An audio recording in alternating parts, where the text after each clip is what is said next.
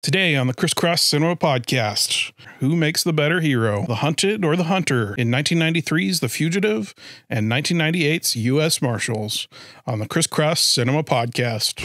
Two fellows meet accidentally, like you and me. No connection between them at all, never saw each other before. They swap murders. Criss. Well done! I'm sorry, well done! A day may come when the courage of men fails, but it is not this day. You gotta keep breathing, because tomorrow the sun will rise. Who knows what the tide could bring? Hello and welcome to the Criss Cinema Podcast, where we crisscross cinema history to find connections that escape the casual eye. Try and spot them along with us. There may be no closer equals than today's first film and its sequel, The Fugitive and U.S. Marshals, but the devil's in the details. I am Aaron Wilson, a suspense peddler plying my wares. And I'm Mark Klobus, a suspense watcher who is in suspense to see the connection between some of what we're going to draw between the two. So, if you'd like to get access to bonus features and deleted clips from Criss and our sister show, Facets of Story, please support us on Patreon at patreon.com/transcendentertainment. That's TRANSCEND. Entertainment. On today's episode, as always, we'll review our two films, and at the end, we go crisscross to compare and contrast them both. But first, Mark, what media has had you on the hunt? well, we on a previously recorded show had a guest star, Karina, who recommended The Zone of Interest. Which is for Godzilla vs. Kong, which is going to be the episode coming out after this. So I was so inspired by it. I went out and by her recommendation that I went out and I saw it, and it is everything she described it would be and more. I cannot, it's fascinating how, it's a very interesting film. It's one that really causes you to think. It's a very powerful film. And if, you're looking for a film that challenges you and really, I think is a great, product of the craft, I would recommend seeing that. Cool. Yeah. How about you, Aaron? What have you been viewing lately? I've been watching a show called Resident Alien. It's so fun. Yeah, Alan Tudyk yes. is the star. He plays an alien, and he makes a great alien. For those who don't know him by name, I'm sure you know him by face. He was Wash on Firefly, and he plays a chicken in Moana, and the voice for K2SO in Rogue One. So he's played a droid, a chicken, and now an alien, and he plays it to perfection. He's one of these incredibly versatile actors. There's certain actors that I would just love to see around for all time because they are so good and entertaining what they do, and he is one of them because he's one of those ones who just elevates everything he's in. And the fact that they give him a starring role and it's one that he plays to such perfection. I haven't seen the entire series. I've only seen a few of the initial episodes, and he is just amazing. Yeah, for sure. And it's interesting. The main antagonist of the show is a 10-year-old boy that he at first he wants to kill him because he's the only one in town that knows he's an alien. But it turns into more of a tit for tat relationship with them. That's really funny. And we get some great suspense out of it. Like the whole premise of the show is a suspense setup of nobody knows he's an alien and he can't give it away. So yeah, for any of you Hitchcock nerds like me, it's a fun show, but besides that, Alien. So anyway, I'm about a season in and I don't want to give too much away. Just go watch it. So just like always, we'll be diving deep. Fair warning, here there be spoilers. Now our review of The Fugitive. Well, my first question for you is, what was your initial exposure to the movie? Well, I watched it, probably when I was 1993, I was probably about 5-ish is when I saw it for the first time, or 5, 10, around there. I can't remember a time where I haven't known of The Fugitive. It's one of my favorite movies, like to the point where I was concerned when I started taking notes of I'm not going to be able to take notes on anything because I'll just get distracted watching the movie. But Now I'm showing my age. I remember when it came out. Yeah. And I saw the theater and I was just blown away by how good it was. And the thing is that I went in there with low expectations because it came out at a time when they were doing all of these cinematic adaptations of TV shows from the 1960s. It was a really weird period in that respect. Yeah. But this is when they did the Addams Family movie, the first one. Yeah. This is when they did, I mean, they were doing Car 54, Where Are You? Yeah, as a movie. Mission Impossible would fall into that. It was just a little bit after this period, but yeah, exactly. Yeah. It was kind of like this nostalgia effort to tap into it. And the thing is that the Beverly Hillbillies movie, they were so more often missed than hit. Right. I mean, some of them were kind of like, and the demand for this movie was where exactly? And the idea behind The Fugitive, the TV show, which is basically, it's this accused person who's, goes on these standalone weekly adventures where he's looking for this one-armed man and trying to stay a step ahead of this detective who's pursuing him, is, it was a modestly successful show. It left a certain imprint in the cultural imagination, but the idea of turning it into a movie, I remember thinking at the time, was kind of a bit of a head scratcher. And then I went in and it was like, it was so darn good. Yeah. And and I'm looking forward to your analysis of it because I'm just, a noob about these things. I'm like, wow, it's just kind of dazzling how good it is. I mean, it's one of those ones that, in the years since, every time it's on cable, I stumble across it on streaming. It's such a eminently rewatchable movie. Yeah. Although I had not rewatched it beginning to end in years before I did so for this. Yeah. And the thing that is just astounding to you from it is like, that's what an audience gets from it, of like, this is just so good, is craft. Yeah. And the name of the craft in this one is suspense, and it plays it to the nines.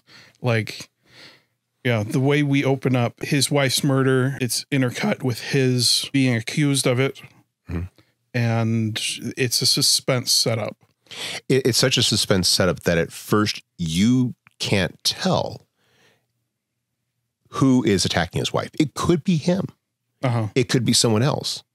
We don't know. All we see is his wife, played by his wife Helen, played by Stella Ward, who is being attacked by someone. Yeah. And okay, I'm going to push back here. That would fall more into intrigue, which we're going to get into in U.S. Marshals. But yeah, the suspense part of it is he's set up very, very clearly from the get-go, and it might be just him being a Harrison Ford, that he's innocent. Yes. And that's the needed part of it. This is the wrong man trope.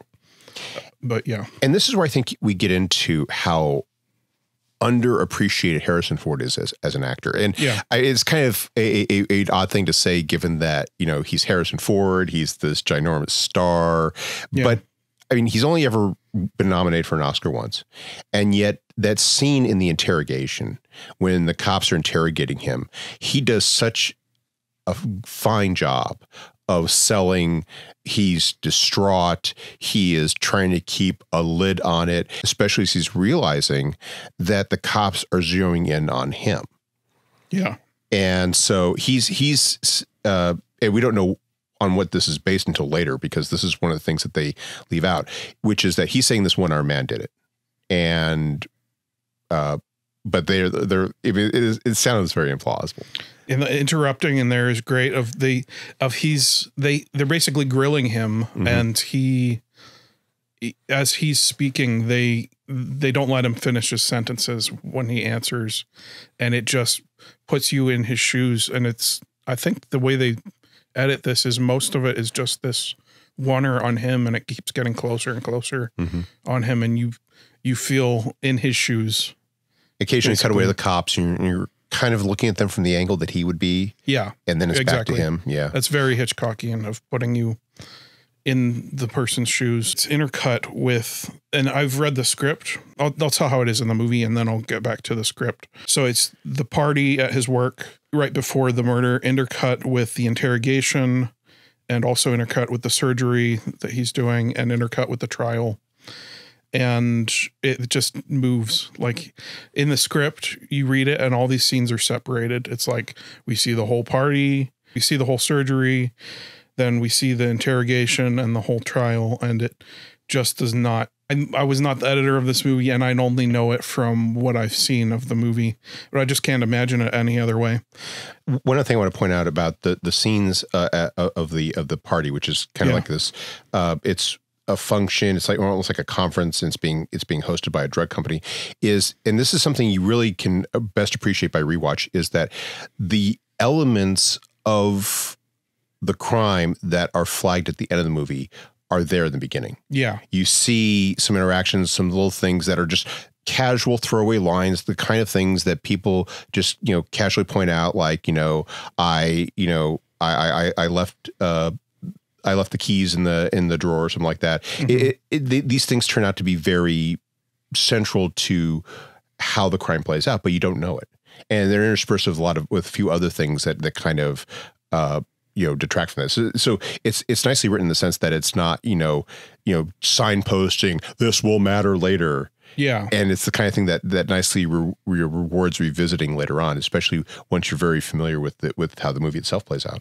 And it has that nice balance of having the mystery elements, but the thing that makes it purely a suspense-driven thing is we know the wife has been murdered and he's innocent is the cleanest thing. But while the audience quickly discovers that Kimball's innocent, the characters don't, because he is convicted by a jury. Yeah. And he is going to prison. Yep. And that shot where they clash the gavel and he just cringes. Yeah. It chills. Like, it was, I don't know. That's Harrison Ford's acting. His face just lets you in. And the nice thing about it is that we also get a brief glimpse as to who he was before then. We see, we not only are told that he's a respected vascular surgeon, we get to see him performing a procedure. Yeah, and him with his wife. Exactly. So we get a sense as to who Kimball was before then, and it makes it easier to understand later on when we're meeting all the people in Kimball's life who knew him before the murder, who are, and why it is they have the esteem that they do for him. And again, it all happens. The opening credits are barely done, and we have so much efficiently communicated to us about who he is, the situation he's in, and it's why it's very difficult to imagine him at the beginning of being the murderer, because he is this really, this guy that everyone just thinks so highly of, and who has this great esteem. And of course, the explanation from and it's interesting because you also get that clash of cultures. You have Kimball, who is, upper middle class. I take back, he's wealthy. Yeah. His wife is wealthy. And these cops are working class guys. And you see this later on, it's that scene where Gerard is meeting with the cops and to start getting the details of the case. And they're asking, well, why did he do it? Well, for her money. And he's like, he's rich. And the cops are like, yeah, but she's richer. It's like they just, for them, it's just a plausible motive. Maybe it's when they've encountered all these other cases. But for them, it's like, it's what they would expect, even though from what little we see of Kimball, it doesn't seem to be what he's about. Yeah. But they don't know that. They only know him. Very heavily plays into the suspense. Yes. He's being railroaded by this dumb assumption. Yes. And we know he's innocent. And in that interrogation scene, another thing they do to up the suspense is they show behind the mirror and they've got this mountain of evidence against him. And we know this, but he doesn't know it. So once we cut back into the interrogation room, we feel that mountain of evidence on him as he is still in just this place of he's not even thinking that he's a suspect. Yeah, that he's a suspect at all. Yeah. It's the kind of thing where he thinks he's being interviewed in terms of getting details so they could find the killer.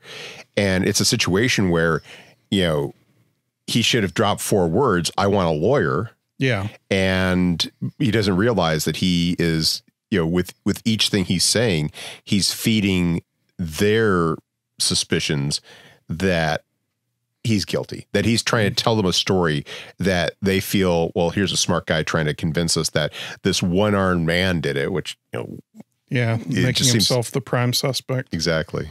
So then it ends with that great Harrison Ford point, which I've seen a meme that calls that a PowerPoint, that he says, you find that man, and he points to both the guys. Yeah. And it's, he does it so well. And the cops are thinking, well, we have found the guy. It's you.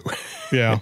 And so they, they decide he's the guy. He's convicted, and he is on his way to prison. And this is 15 minutes in. All this stuff has been covered. Yeah. 15 minutes. And here we are on the bus going to prison. And you just, pardon the pun, but you just feel the drive of it going. Yeah.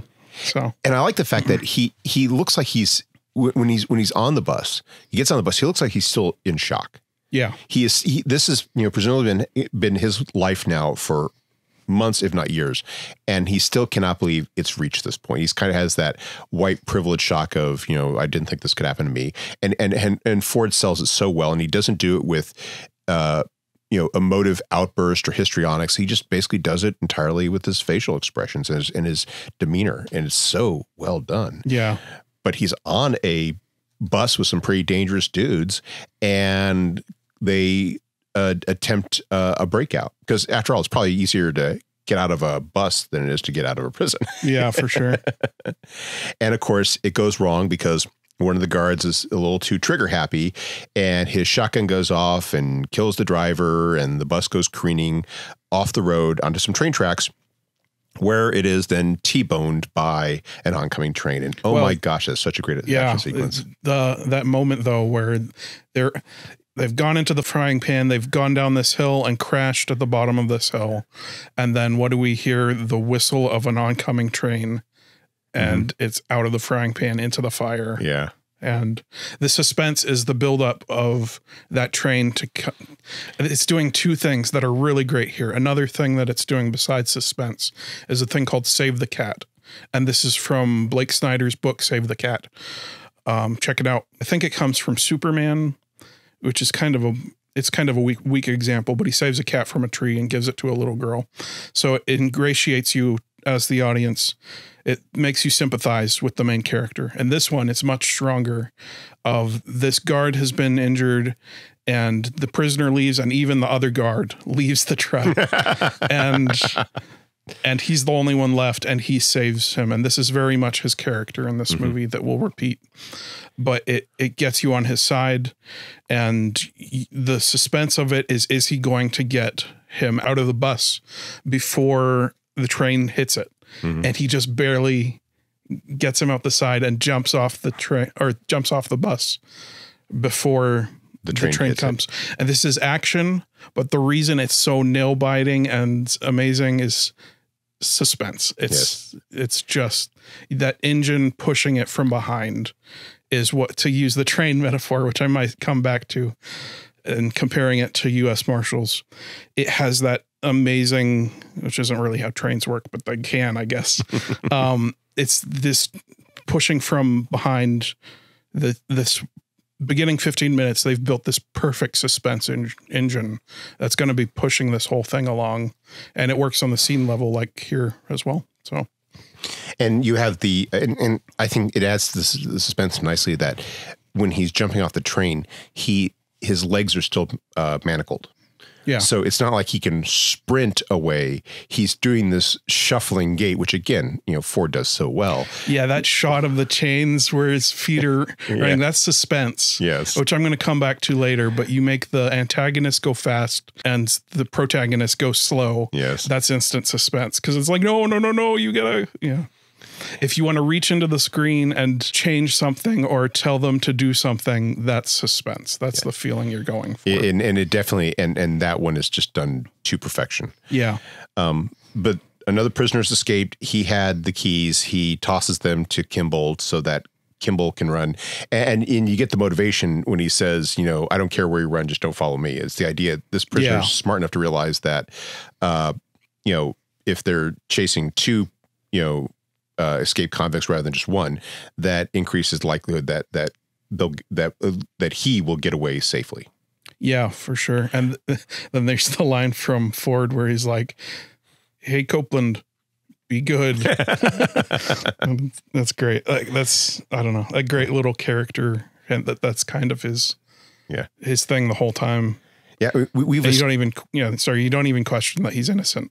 Yeah, because of this nature. And again, it goes to just how efficiently this has been done. We're like about 15, 20 minutes in. We know the premise. We know, but we also get a sense of the character, and we see his essential goodness. He's become someone that is so easy to root for. Yeah. And aside from the fact of just being Harrison Ford. Yeah, exactly. Yeah. So, and then you cut to, then you have a time jump, and now there's like this, the sea of flashing lights, and, parting the sea of flashing lights is Dan, and then it pulls up, and who steps out but Deputy Marshal Sam Gerard and his warrant team. And he's just surrounded by these people, and like just that visual of him in front and all this group of people, it gives him an instant sense of power. He'll become like a force of nature in this movie. And they play that up very early on when he has the weenie wagging contest with the sheriff. Yeah. He goes up as sheriff. He wants to start the search, and the sheriff's been interrogating the guard who jumped off, who doesn't want to admit just how badly he's failed at his job, that he abandoned his fellow guard. So he's like, oh yeah, they died in the crash, and he just wants to kind of sweep it under the rug. And so one's corrupt, the guard, and then the other one is incompetent. Yeah. And this is great contrast for Gerard's character, aside from just Tommy Lee Jones acting again. Yeah. It just gives him a sense of power because he's the one that knows how things are going. He's like, okay, I'm taking over. And to me, it's the secret sauce of this movie, which is that there's so much of the movie is basically a demonstration of what nowadays has come to be called competency porn. Yeah. In that you're seeing very capable people doing their thing. Yeah. And it really plays out with Kimball later on, but here's where you see it with Gerard, where he steps up, and initially he's treated with so much disdain. That's where Wyatt Earp is in charge. It's kind of this idea that people are he's officious or he's bossy. He's doing the federal thing that has become such a trope in these type of films. But it turns out, like a moment later, he's the one who's right, and everyone else who's made these assumptions or told these lies, they get exposed for the corrupt or incompetent people that they are. Yeah, and now Gerard is running the show.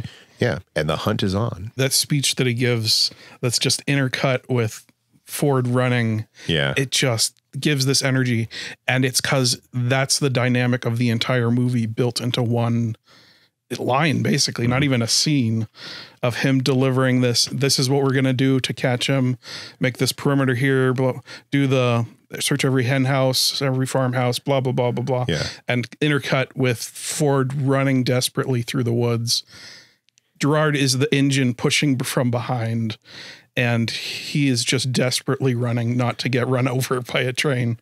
So, and then it seems that the priority then becomes establishing Kimball's ability to stay a step ahead. And they do that so well in the next scene where he finds a local hospital.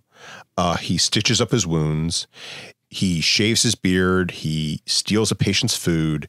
You're seeing his grit. His resourcefulness, especially in a hospital. Yeah. So, and his ability he's more in his, even though he's never been in this town, much less this hospital. Yeah. He knows his way around enough to bluff his way past certain things, to find exactly the tools he needs and to use them to achieve his goals, to the point where you have that wonderful scene where he has changed his clothes, he shaved his beard, he is leaving, and one of the state troopers that's been dispatched to the hospital is to search for Kimball. He's interrogating Kimball. They're walking past like, hey doc, Kimball's made a point to put on a stethoscope, and so people will assume he's a doctor. Is like, hey doc, have you seen this person? And he gives the physical description of Kimball to his face. Yeah. And it's brilliant what Kimball says, like, every time I look in the mirror, except for the beard. The beard, of course. And the trooper never once, questions that this is not his guy. Yeah, and this is great suspense, and they put a little button on it, almost ironically, of okay, so the end of the scene, he's like, hey doc, and so you think he's recognized him, but he's just points down, and you see he's pointing to his fly, and he's like, okay, he's upset up. But then you also get an element of his goodness where he's gotten away scot-free, but then an ambulance pulls up with the guard inside that he saved from the wreck. They dug him out from the wreckage, and he tells he could just walk by, but he instead stops to help momentarily to identify the wound that he helped to treat. And in doing so, the guard recognizes Kimball. Yeah. And though he doesn't say it in suspense. Which is suspense. Yeah. And he doesn't say it, but it's then implied in the next scene that he does communicate this, and this gets to Gerard. So now Gerard knows that Kimball's been at the hospital and that he's taken an ambulance. Yeah. And Kimball just can't help himself. He has to be the good guy in these situations. Like when he goes out of his way to help these people, and it comes from probably being a doctor, but that character is, it's directly taken from the TV show in the TV show, he was in a different town every episode, and there was some problem that had to be solved, and he had to risk his identity being found out by doing so. And he did it every time. That it's a great character. It's amazing how they take that whole premise and they compress it down to just this one scene. Yeah. Mm-hmm. And it's a nice little, callback to the show. And at the same time, it's entirely seamless within the story. Yeah. But now you have the chase. It's police cars. And I love how you see these police cars just from all over the place, just rushing around. It really conveys the sense of a dragnet, constricting around Kimball while he's, and it's a 3-dimensional dragnet because while you have the police cars racing around from all over the place to where Kimball is, you have the helicopter overhead and Kimball's in the ambulance, and they pin him down in a car tunnel next to a viaduct. Yeah, and there's a shot in here where Gerard is getting out of the helicopter. Mm-hmm. This is just a nerdy little thing, but it's fun. When not fun for him, as you'll see, but when he steps out of the helicopter, if you look real close, his foot almost gets crushed by that helicopter rung. Oh, wow. And anyways, shots in the movie.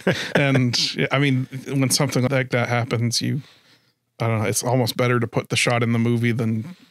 I don't know. Yeah. And here you really get the first sense as to just how much of a challenge Kimball is going to pose to Gerard, because they've got him boxed in the tunnel. They got, cops at one end. They've got cops in the helicopter at the other. Yeah. The police and the marshals are coming in on either end. They get to the ambulance and he's gone. And you have, one of Gerard's team going like, "You got to be kidding me." It's like they checked on the cars. They can't find him. It's like he somehow has vanished. And then there's this amazing sound design thing where you start hearing the trickle of the drain just as he's getting this look on his face.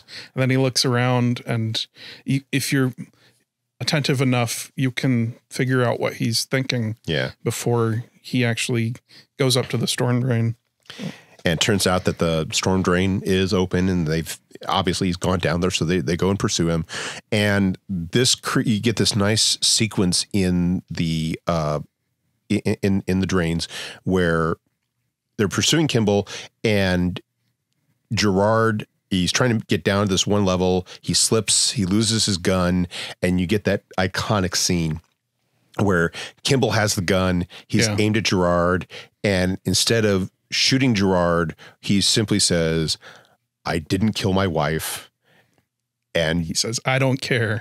And I love that line. To me is so perfect because it captures the essence of Gerard. Yeah. His job is not to prove Kimball's innocent. Yeah. His job is to catch Kimball. And when I was a kid, I always read this line as, "You bad guy." Like, he doesn't care that he's innocent. But genuinely what you just said is he's just here to do his job. Yeah. He's there to catch the guy, which makes him this force of nature. Yeah. Where he's like, no matter the ends of the world, what ends of the earth you go to get away from me, if you're innocent or guilty, I don't care. I'm just here to catch you. And then you get the flip side of that, because Ford just leaves Gerard behind. Yeah. Gerard pulls out his backup gun. He continues chasing Kimball. Kimball gets to the spillway outlet, and Gerard has him cornered. And then we see how committed Kimball is, because Kimball drops the gun and then he jumps over the spillway. Yeah. And that is such a well done sequence. They do a great job of letting you into his mindset of, I haven't broken it down, but the shots that they use, they show the dam and they establish it, and they probably do this high up shot where you see Kimball and the dam at the same time, and this look on his face. in the close up that you can see it shift of, oh, he's going to do something. And the only thing he can do is jump off, and he does it. So it's great. And it's so high up that everyone else is like, oh yeah, he's dead.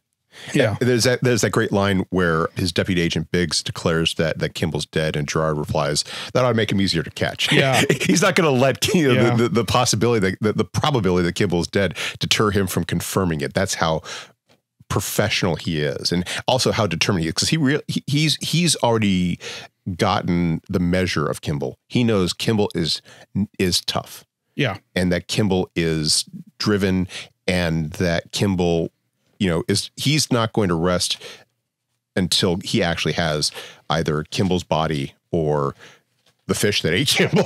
He puts it a moment later. These lines of, this is how you do dialogue for character. Like the line that, where he says, I don't care.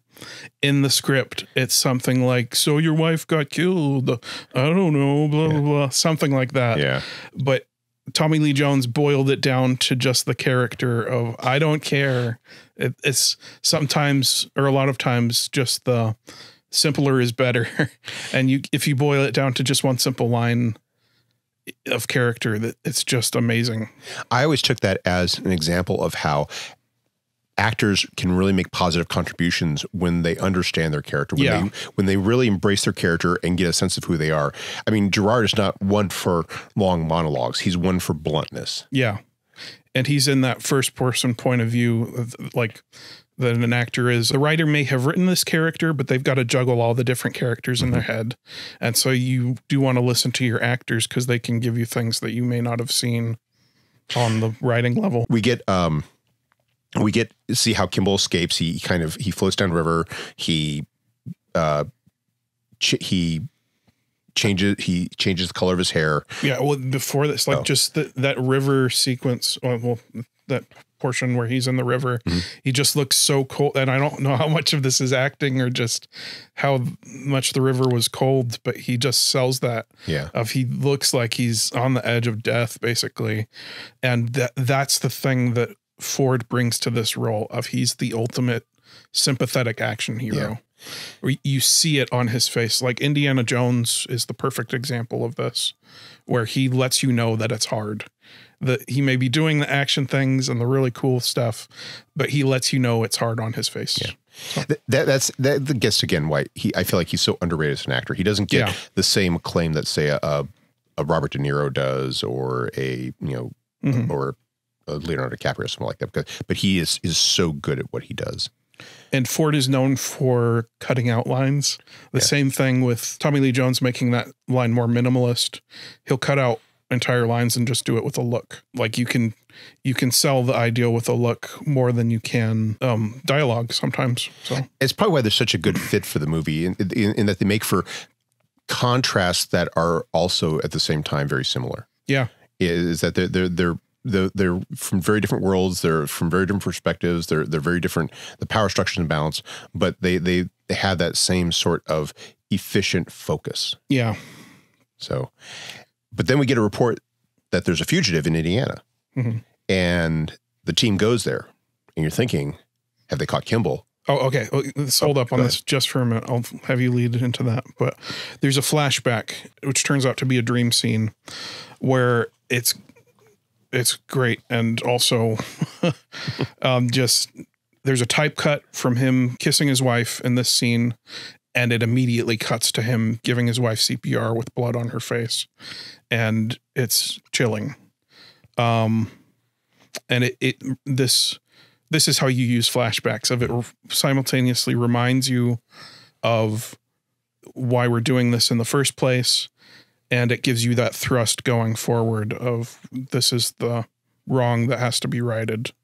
So, and it nicely underscores how Kimball is so obsessed with it. And this is where I'm so glad they made the changes they did, because when I was reading about the background of this, apparently there was discussion at various points of Kimball having a attraction or flirtation or some sort of romantic engagement with both the pathologist, Jane Lynch's character, mention that, and Julianne Moore's, and it would have so taken away from that.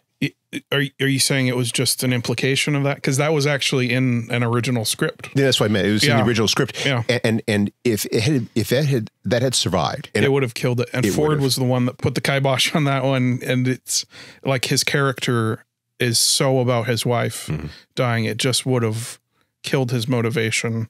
Yeah. You get that momentary, idea that the Marshals have tracked Kimball down to Indiana. Yeah.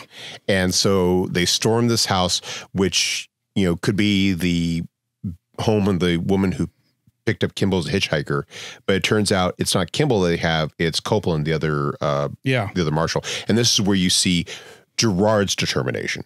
Yeah. And this is a suspense scene, by the way, you've got the suspense of, and it's interesting. Like, you usually play suspense from first person point of view, which they do end up doing later on. But this one, they've got him. They're closing in on the house, and they use the lack of information that it's the wrong person to play a suspense, where it's like they're gonna get him, and then they get in there, and it's a different guy. Yeah, so. It's kind of like a red herring, but it's one that is perfectly suitable and fitting and right for the story. Yeah, and used for the suspense engine of the story. Yeah. Yeah.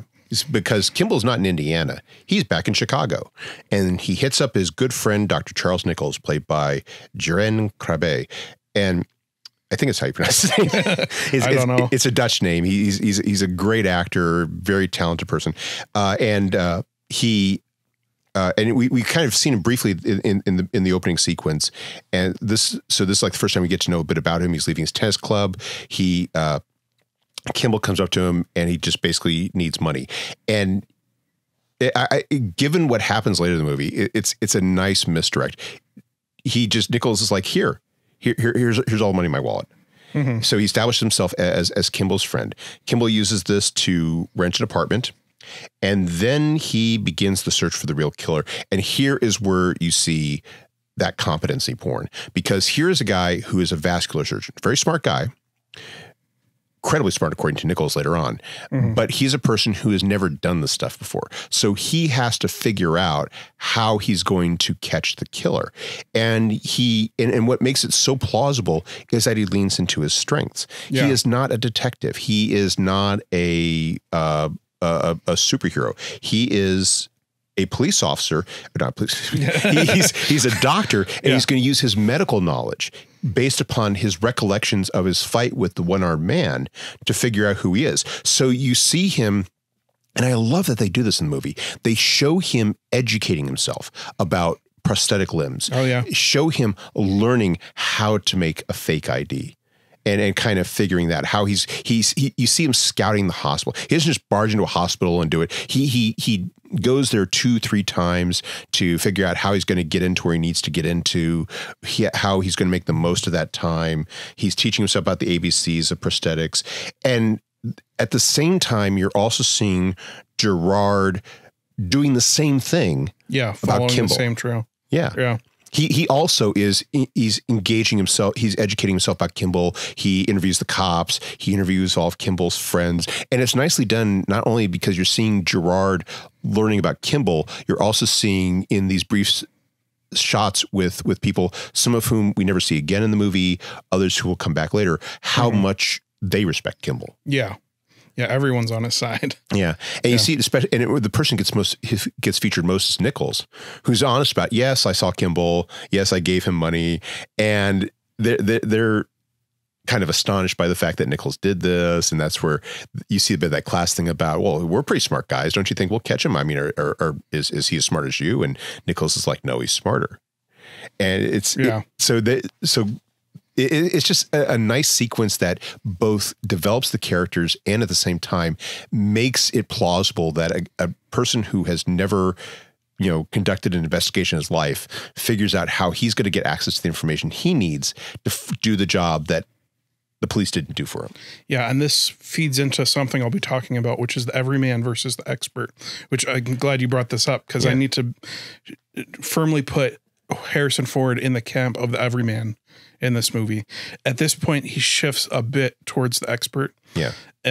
Wesley Snipes is fully in expert territory, and you'll see what effect that has on the story. Yes. But this is also the midpoint of he shifts from being pursued to becoming the pursuer of the one-armed man.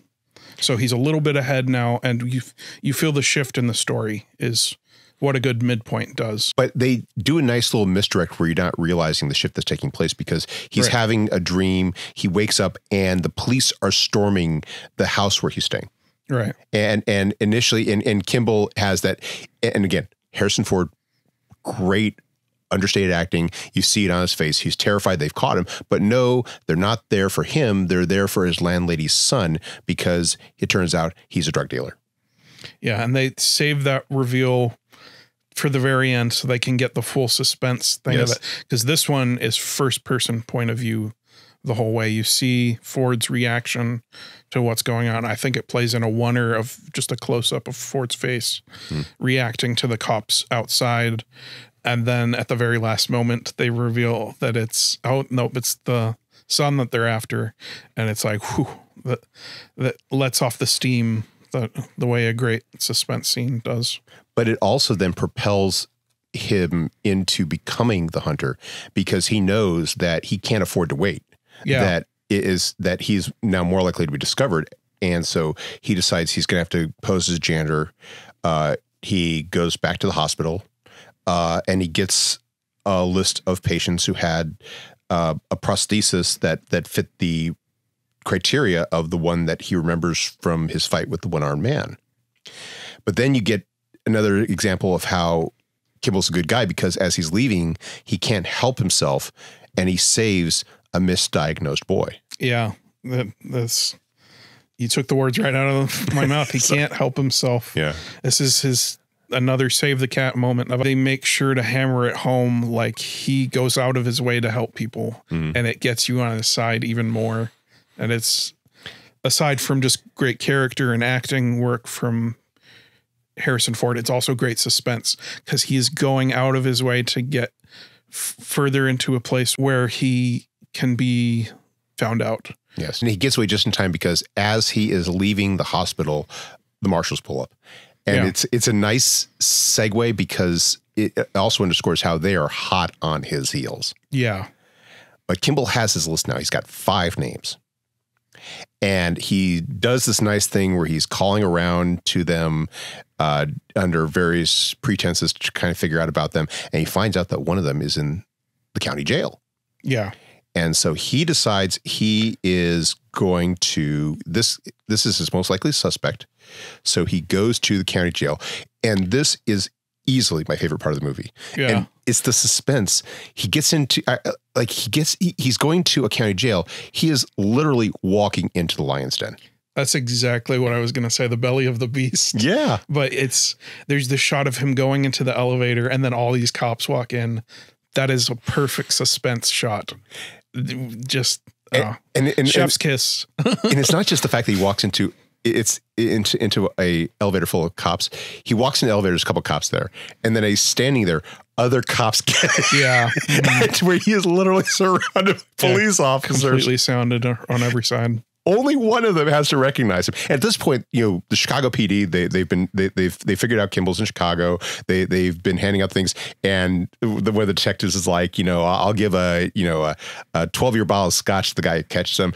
It's not just that, okay, Kimball's in Chicago. It's and the marshals are finding him. He's a priority for the police, who apparently really have it out for Kimball for some reason. Yeah, that they never really entirely elaborate on, but it's not like this is. It's not like he's a low priority item. They've been seeing pictures of him. It's clearly a thing. And yet he is there. And with one exception, he's never recognized. Yeah. And the exception seems to be when he goes up to the where he meets with the one-armed guy, and he instantly recognizes it's not the guy. And he's walking out, and you see one of the guards there is kind of, giving him a long look as he's walking away. Long suspense look of, this is suspense at its best. Yes. And the thing I love about this is, I should have mentioned this earlier, but this is a great place where the set pieces of this movie keep getting smaller and smaller. They started out with the big ones. They got the train, and then they have the ambulance chase, and then the dam, jumping off the dam. Just huge suspense pieces where you're like, how are you going to up those? You don't up them. You up the suspense. Yeah. And this is just a guy in a building and another guy chasing him or coming up slowly, but it's full on suspense. And you don't feel the absence of the big scenes. Yeah. If anything, it's very seamless. And that's what happens is that, as Kimball is leaving, the marshals arrive because they're working off a slightly different list, but the guy's on there.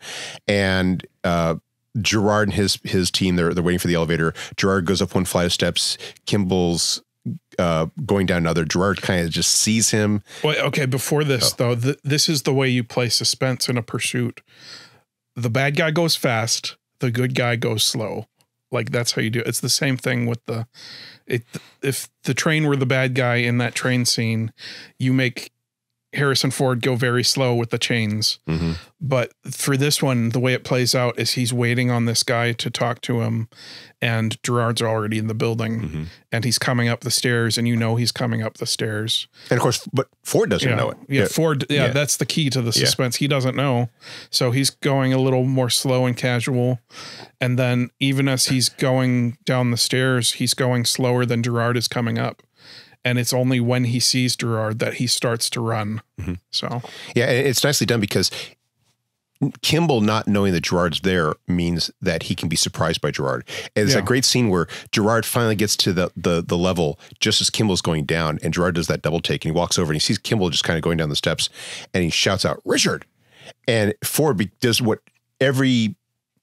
people so typically do, instinctively looks up. Yeah. And that's when Gerard knows he's got him, and they get that wonderful foot chase. Yeah. And I love that scene in the lobby where Kimball goes toward the cops. And he says, officer, there's a man with a gun. Yeah. It's just so well done because Gerard is so focused. He charges around the corner and he's screaming. And so the cops are like, oh yeah, this is a crazy guy. And they're detaining him. He's buying Kimball valuable seconds to get to the exit. And this is an action scene. And the reason why there's such a drive behind it is because you led it with the suspense scene.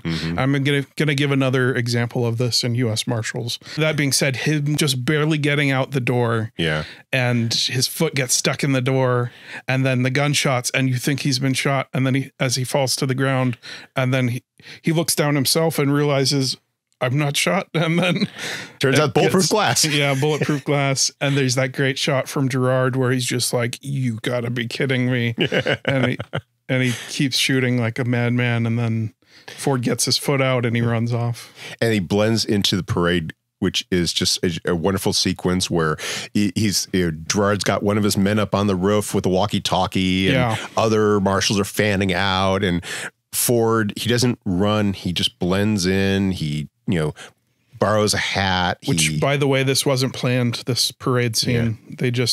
The parade happened to be going on at the same time, and they just sent a couple cameramen and the two actors out into the crowd, and they stole some shots and got an entire scene out of it. And it is such a perfect ending to this whole scene. Yeah. The way he doesn't run away. He doesn't shoot his way out. He just kind of slips away. Yeah. And it's the kind of thing where, it's totally believable. Yeah, for sure. He just makes a few key choices. He downplays it and he gets away. And this is, it's just, like I said, it's my favorite scene. Yeah. So Kimball now has to move to the next person on his list, Frederick Sykes. And he goes there and he first sees that Sykes's place is being watched by cops undercover. So he has to break in. And as soon as he gets in, he sees a photo. Sykes is the one-armed man he's looking for. And he discovers, I love how they do this. Which I should have set this up earlier. One of his flashbacks, you finally see the one-armed man's face. And so that's how we, as an audience, know that this is the right guy. And I love how they establish who he is entirely with photographs. Yeah. I think a lesser writer would have had, Kimball talking to himself. They do it with photographs. You see instantly he at one point was a police officer. Yeah. He is working for Devlin McGregor, who is a pharmaceutical company with whom Ford is familiar. And this is really, I think, the first time that or at least this was, I think, the first time I was consciously thinking the question, why did Helen die? Up until this point, it's the fact of Helen's death is simply a fact, which was something the writers didn't know, by the way.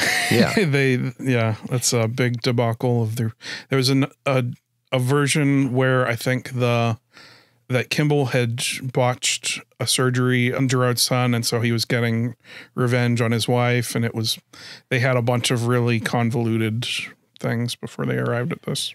But this one's a nice callback to the very beginning, because the party where Kimball was attending was hosted by Devlin McGregor, and that one of the people in the photographs that Sykes has is of a person who was at that party whom Kimball had talked to. So we're getting the sense that this is not just a murder. This is maybe something bigger. Yeah. And so then you have that great sequence where Kimball calls Gerard. Yeah. And to me, it's probably it's nowadays the degree to which they do it in modern films, it really is an artifice, but you still have the whole 30 seconds to trace. Yeah. And they're trying to keep him on the line.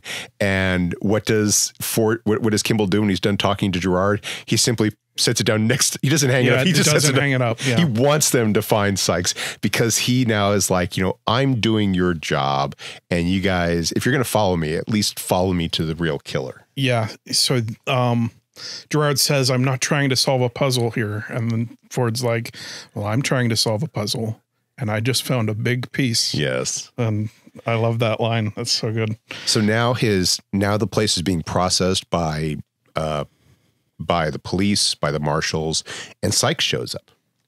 And Andreas Katsoulis he's one of these actors whom was in a bunch of stuff back then, and who I felt never got the roles he deserved. I mean, he played Tomalak the Romulan in Star Trek Next Generation. He went on to play Jakar in Babylon 5. He was a really good actor who always brought his A game, who's always great at what he did.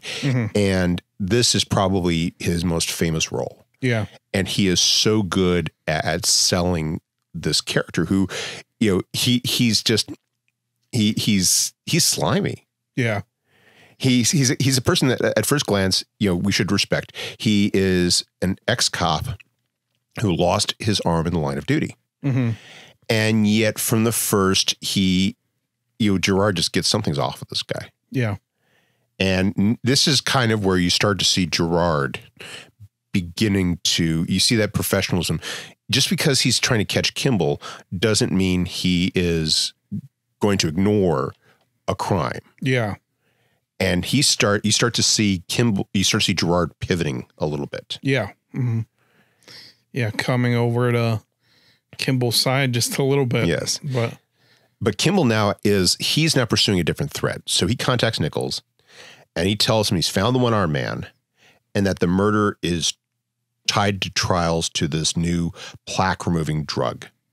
And he thinks it's this other doctor who is in the photograph. And Nichols says, that doctor, Dr. Lentz, is dead. Which is strange that he tells him that. Like, why would... Because it's Dr. Nichols, the actual guy it's going to be the bad guy. Yes. He ends up telling him that I don't know why he'd tell him that he's dead. Yeah. Because he's now putting the spotlight on himself a little bit. Yes. But it took me a couple of watches to probably finally got what was going on here. Nichols has a plan for Kimball. Okay. And it comes out because Kimball wants to go investigate the samples from the drug trial, which are at a hospital.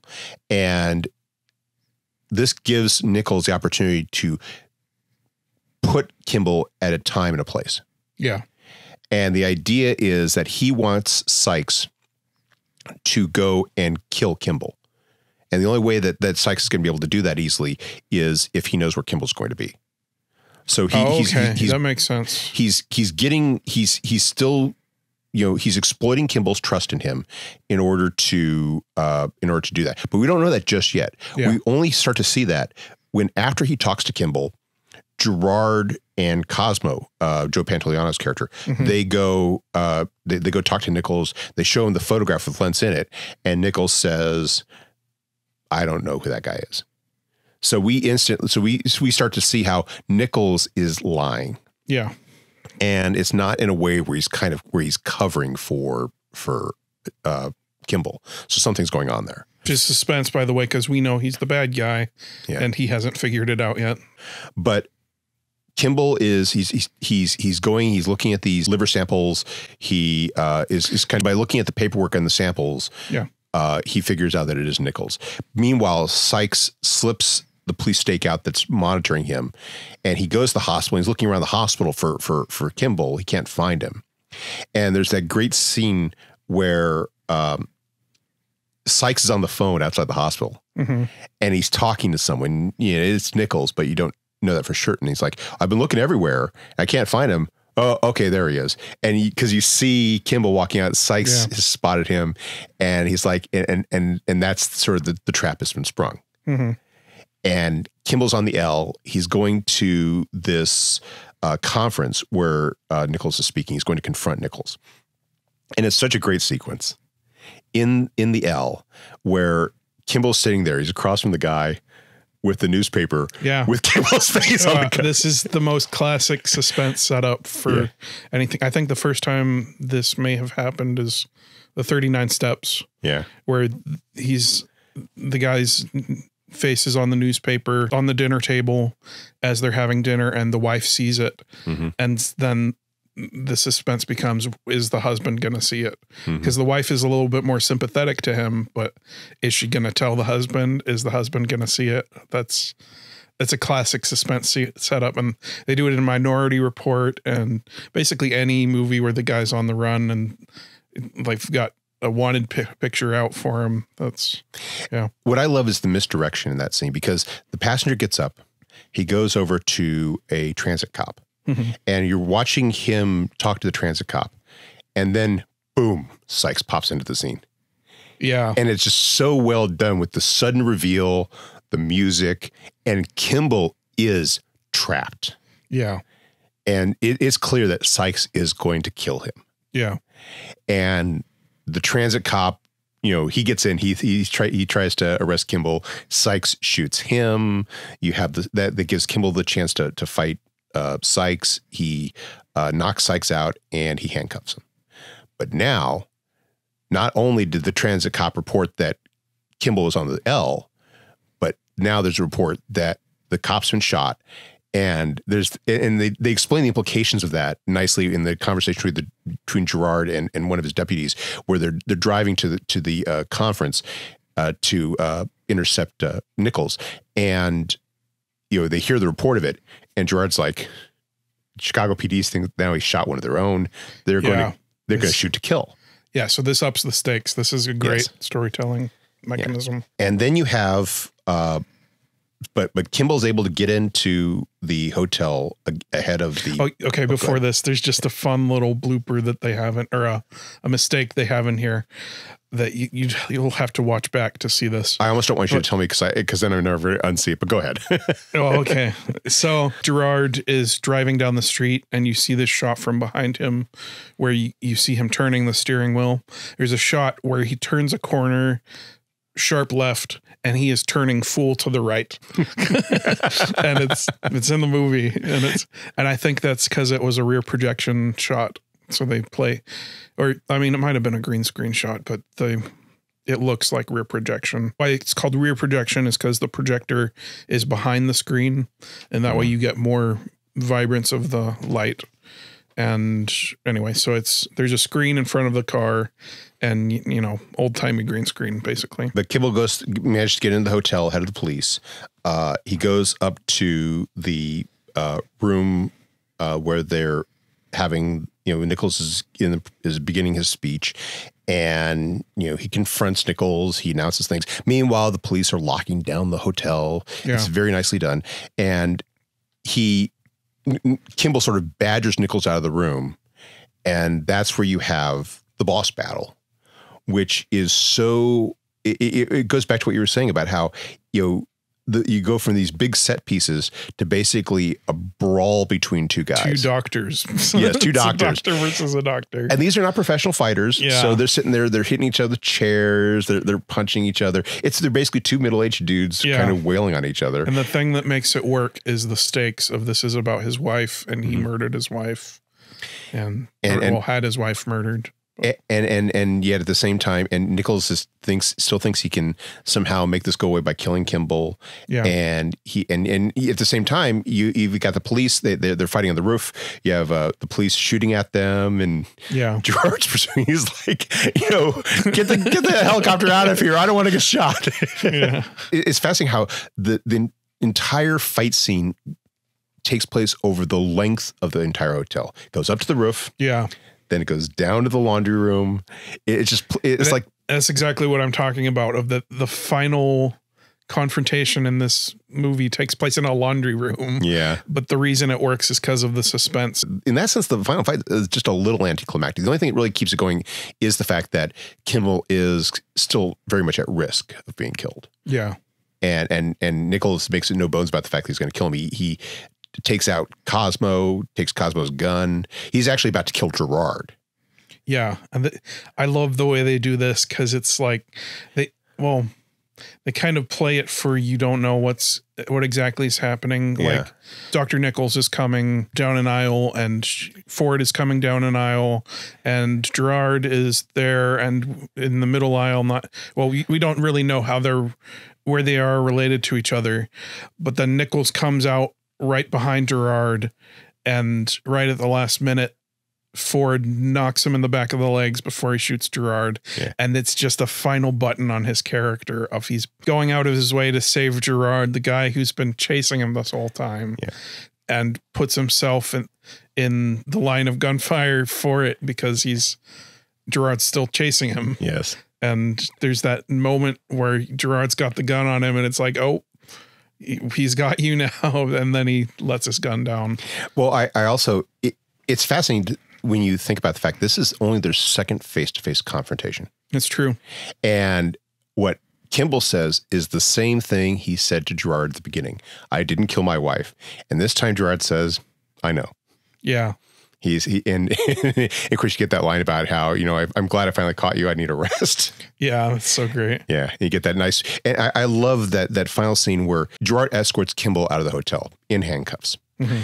And they're going through this throng of reporters and very angry cops. Yeah. Some of whom still think that Kimball shot the cop, but the others, I think, recognize that they screwed up somehow. Mm-hmm. And that they're kind of like very angry about it. And they're still projecting on Kimball, but they can't do anything because Gerard has him in handcuffs. Yeah. But then he gets Kimball into the car. He takes off the handcuffs, gives him the ice pack. Ford is like, I thought you didn't care. And he's like, I don't, just jokingly. Yeah. And he's like, don't tell anyone, okay? And they ride off into the night. And the credits roll, and you just feel this relief of all this tension and suspense that has been built up this entire movie. And I love when a movie does that, where you just feel this sense of relief and catharsis at the credits. It is such a satisfying end to the movie. Yeah. Because it's not just that Kimball figures out who kills his wife. It's not just that Kimball catches Nichols. It's that Kimball, is on a path to being vindicated. Yeah. That's The Fugitive. And now our review of U.S. Marshals. Okay, so I did a suspense tally for both these movies. Okay. You want to take a guess at what Fugitive got? Number of suspense scenes? I'm going to say a dozen. Okay, it's actually more. It's 21. Wow. So, yeah, it's suspense engine is what powers that movie. And I'll reveal maybe a little later on what it is for U.S. Marshals. But we had a brief exchange about this before the podcast about kind of what I thought the direction we were going to go on this. I said, don't tell me what it is, but I think I know. But go ahead for our audience. It strikes me that whereas The Fugitive is a suspense engine. Yeah. U.S. Marshals seems to be much more focused around both action and a mystery built around the conspiracy. Yeah. Mm-hmm. And it's a very different tone. And this is where I'm watching, I'm approaching U.S. Marshals. And when I approach sequels, I think about 22 Jump Street, which I think, does some, is a hilarious commentary on sequels, right? Where you have Nick Offerman's character and you have Ice Cube's character that are like, don't do anything different, do the exact same thing over again. It's like, and when you're watching that this is a writer channeling every time executives have told that when it's come to scripting sequels. Just their frustrations. And yet at the same time, I can appreciate that they were realizing that they couldn't just remake The Fugitive. Yeah. They had to do something different. Ford wasn't going to be on board. The alchemy was going to be different. And so they made choices. I'm not going to say they were great choices, but they were choices.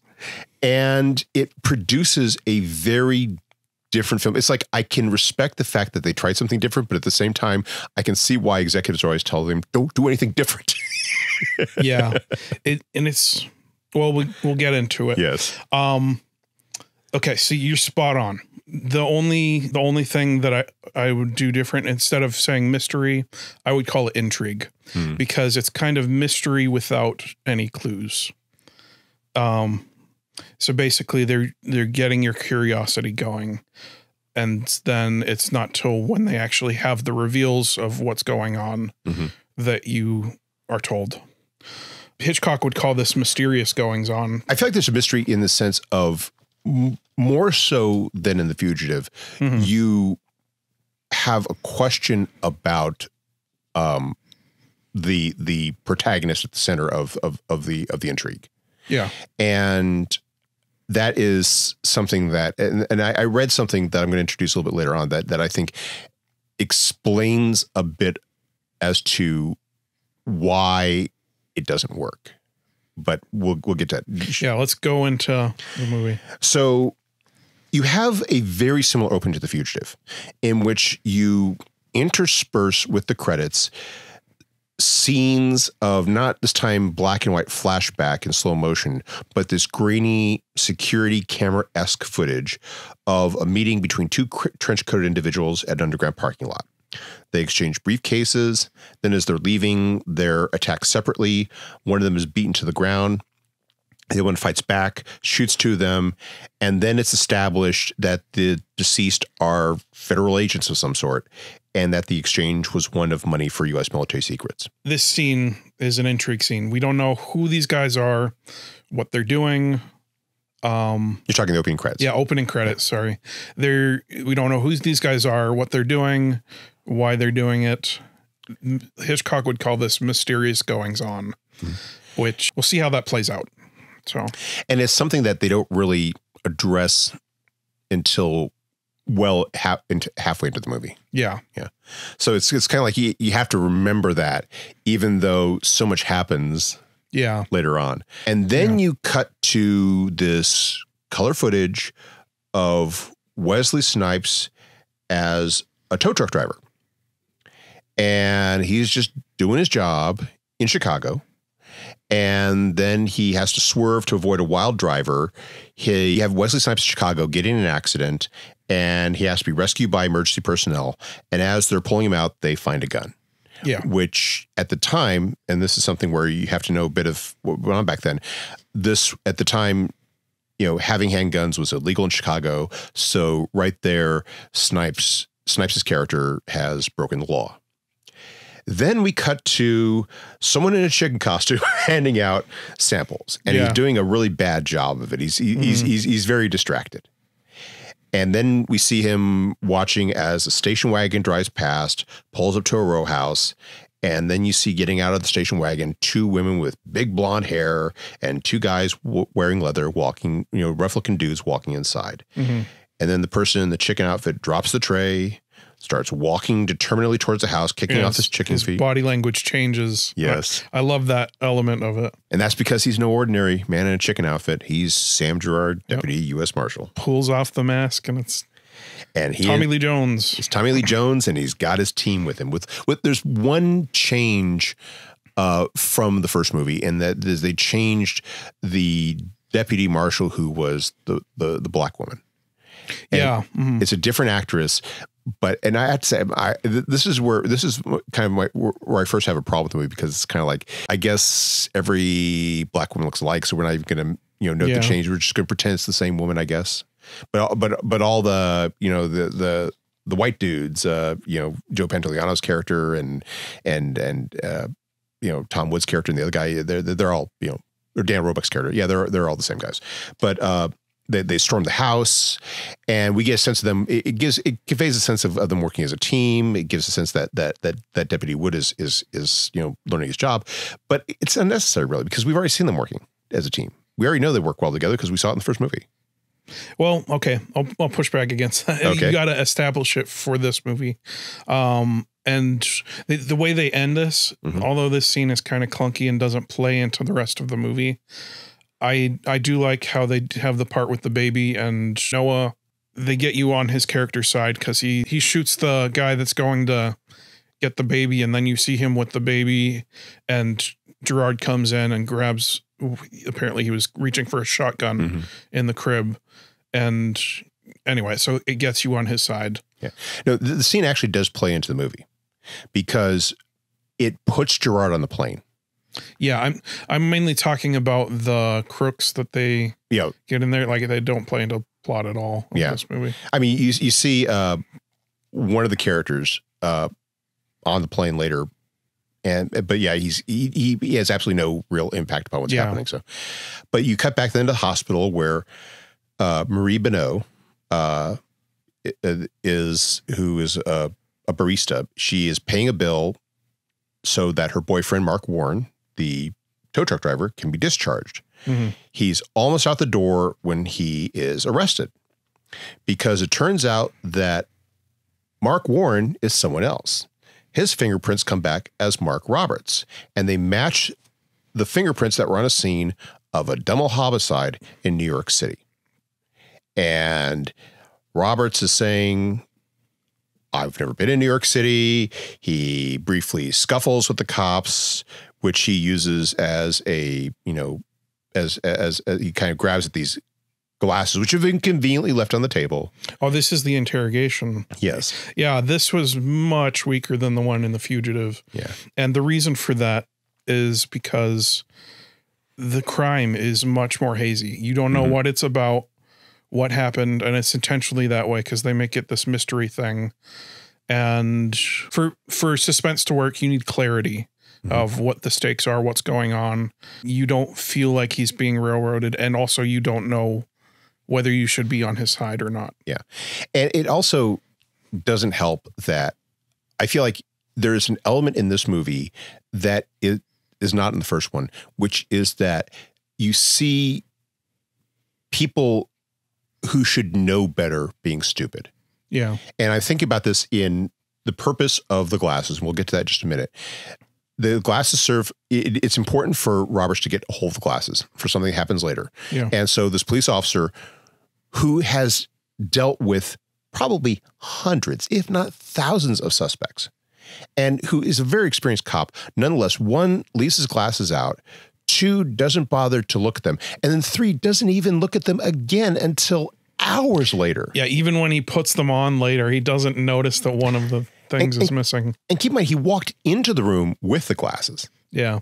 He took them off briefly, and then he apparently never puts them on for the rest of the day. You start to see strange. You start to see these gaps, which are laziness. It's kind of like, they wanted to get from point A to point D, and we're going to fudge B and C a little bit in a way that is necessary because they can't figure out how the character is going to do it on its own. And this is, and to me, I actually might have had a bit more plausibility.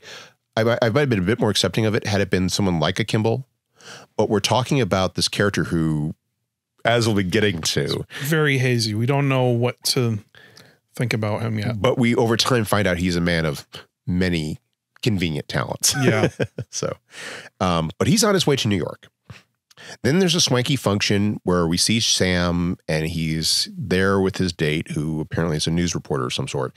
And then there he's met by his boss, Catherine Walsh, played by Kate Nelligan, who tells him that because Sam hit one of the suspects after he had his handcuffs on him, that he has to escort this guy to the federal pen. Yeah. Kind of a PR thing. So Sam now has to get on Con Air, which is really what this is. Yeah. And I'm going to point out at this point, like, this is exactly where we left off in The Fugitive, the first 15 minutes. And whereas you felt a thrust that just drives you through the rest of the movie for that one, this one, you just feel not much of anything. Yeah. Like the structure is just not as sound as the first movie. No, it's not. Yeah. And it's, again, one where people who are supposed to be competent professionals are not functioning as competent professionals, because on the flight with Gerard is Mark Roberts. Yeah. And he is wearing a neck brace and a cast from the accident. And it turns out that the arm from the glasses is stuck in the cast. Now, I've never been to prison. Mm-hmm. I've never been jailed, but I'm pretty sure they searched that. They searched that, exactly. Yeah. But apparently keep in mind, he is arrested by the Chicago PD. Mm-hmm. He is picked up by the federal marshals. And at no point from the interrogation until him getting on the plane do they even bother to inspect him again. Yeah.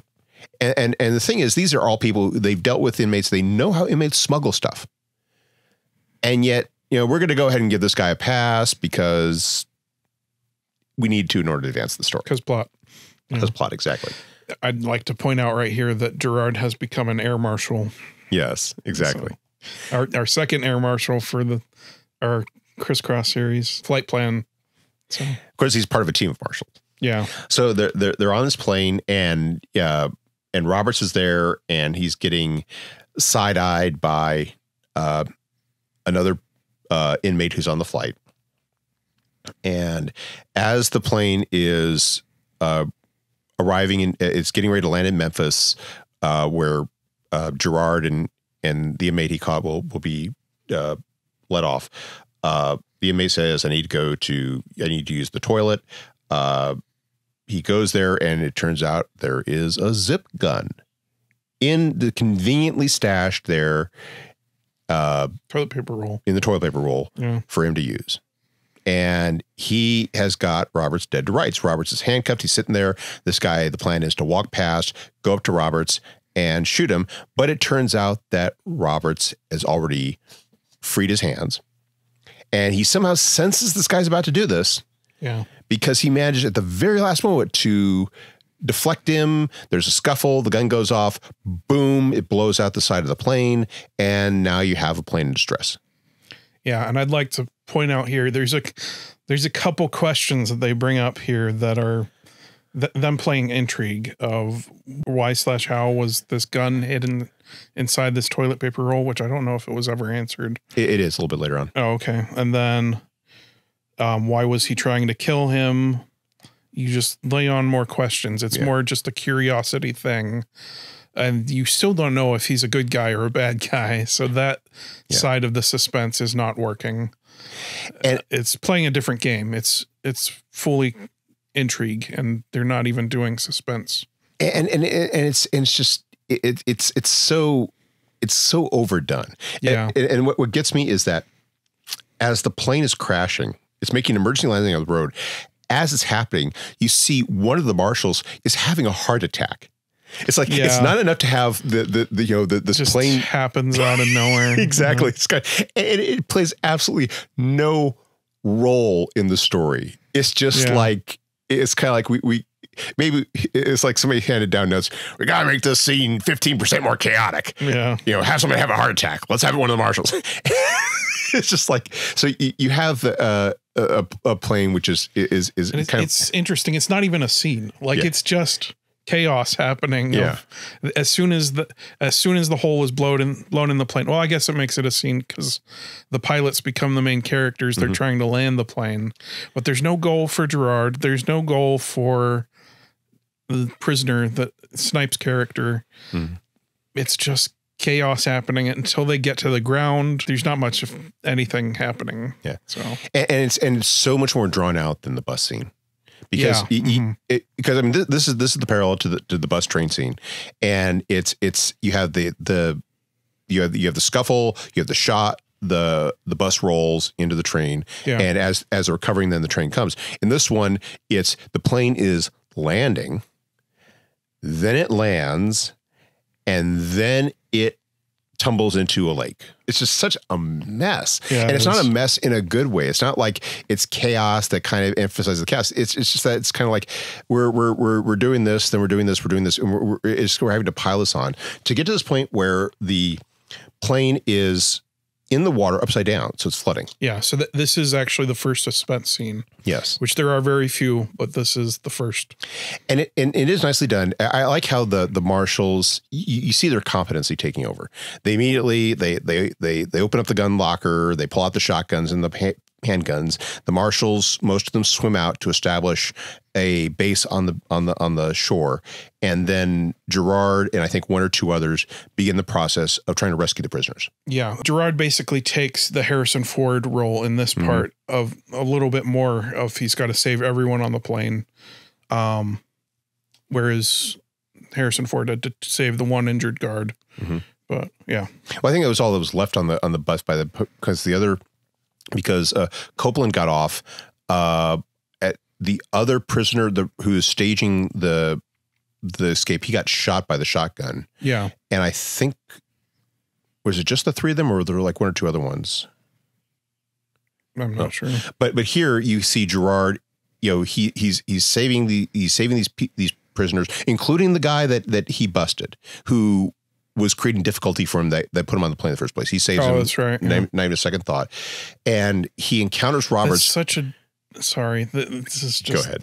It's just such a craft-wise, that's such a clunky thing of, he's on the same plane. So that, I guess he's the reason why he's on the plane taking these guys. Because he has to, he's escorting the prisoner back to the prison in Tennessee where he was supposed to be. So he's just the reason he's there.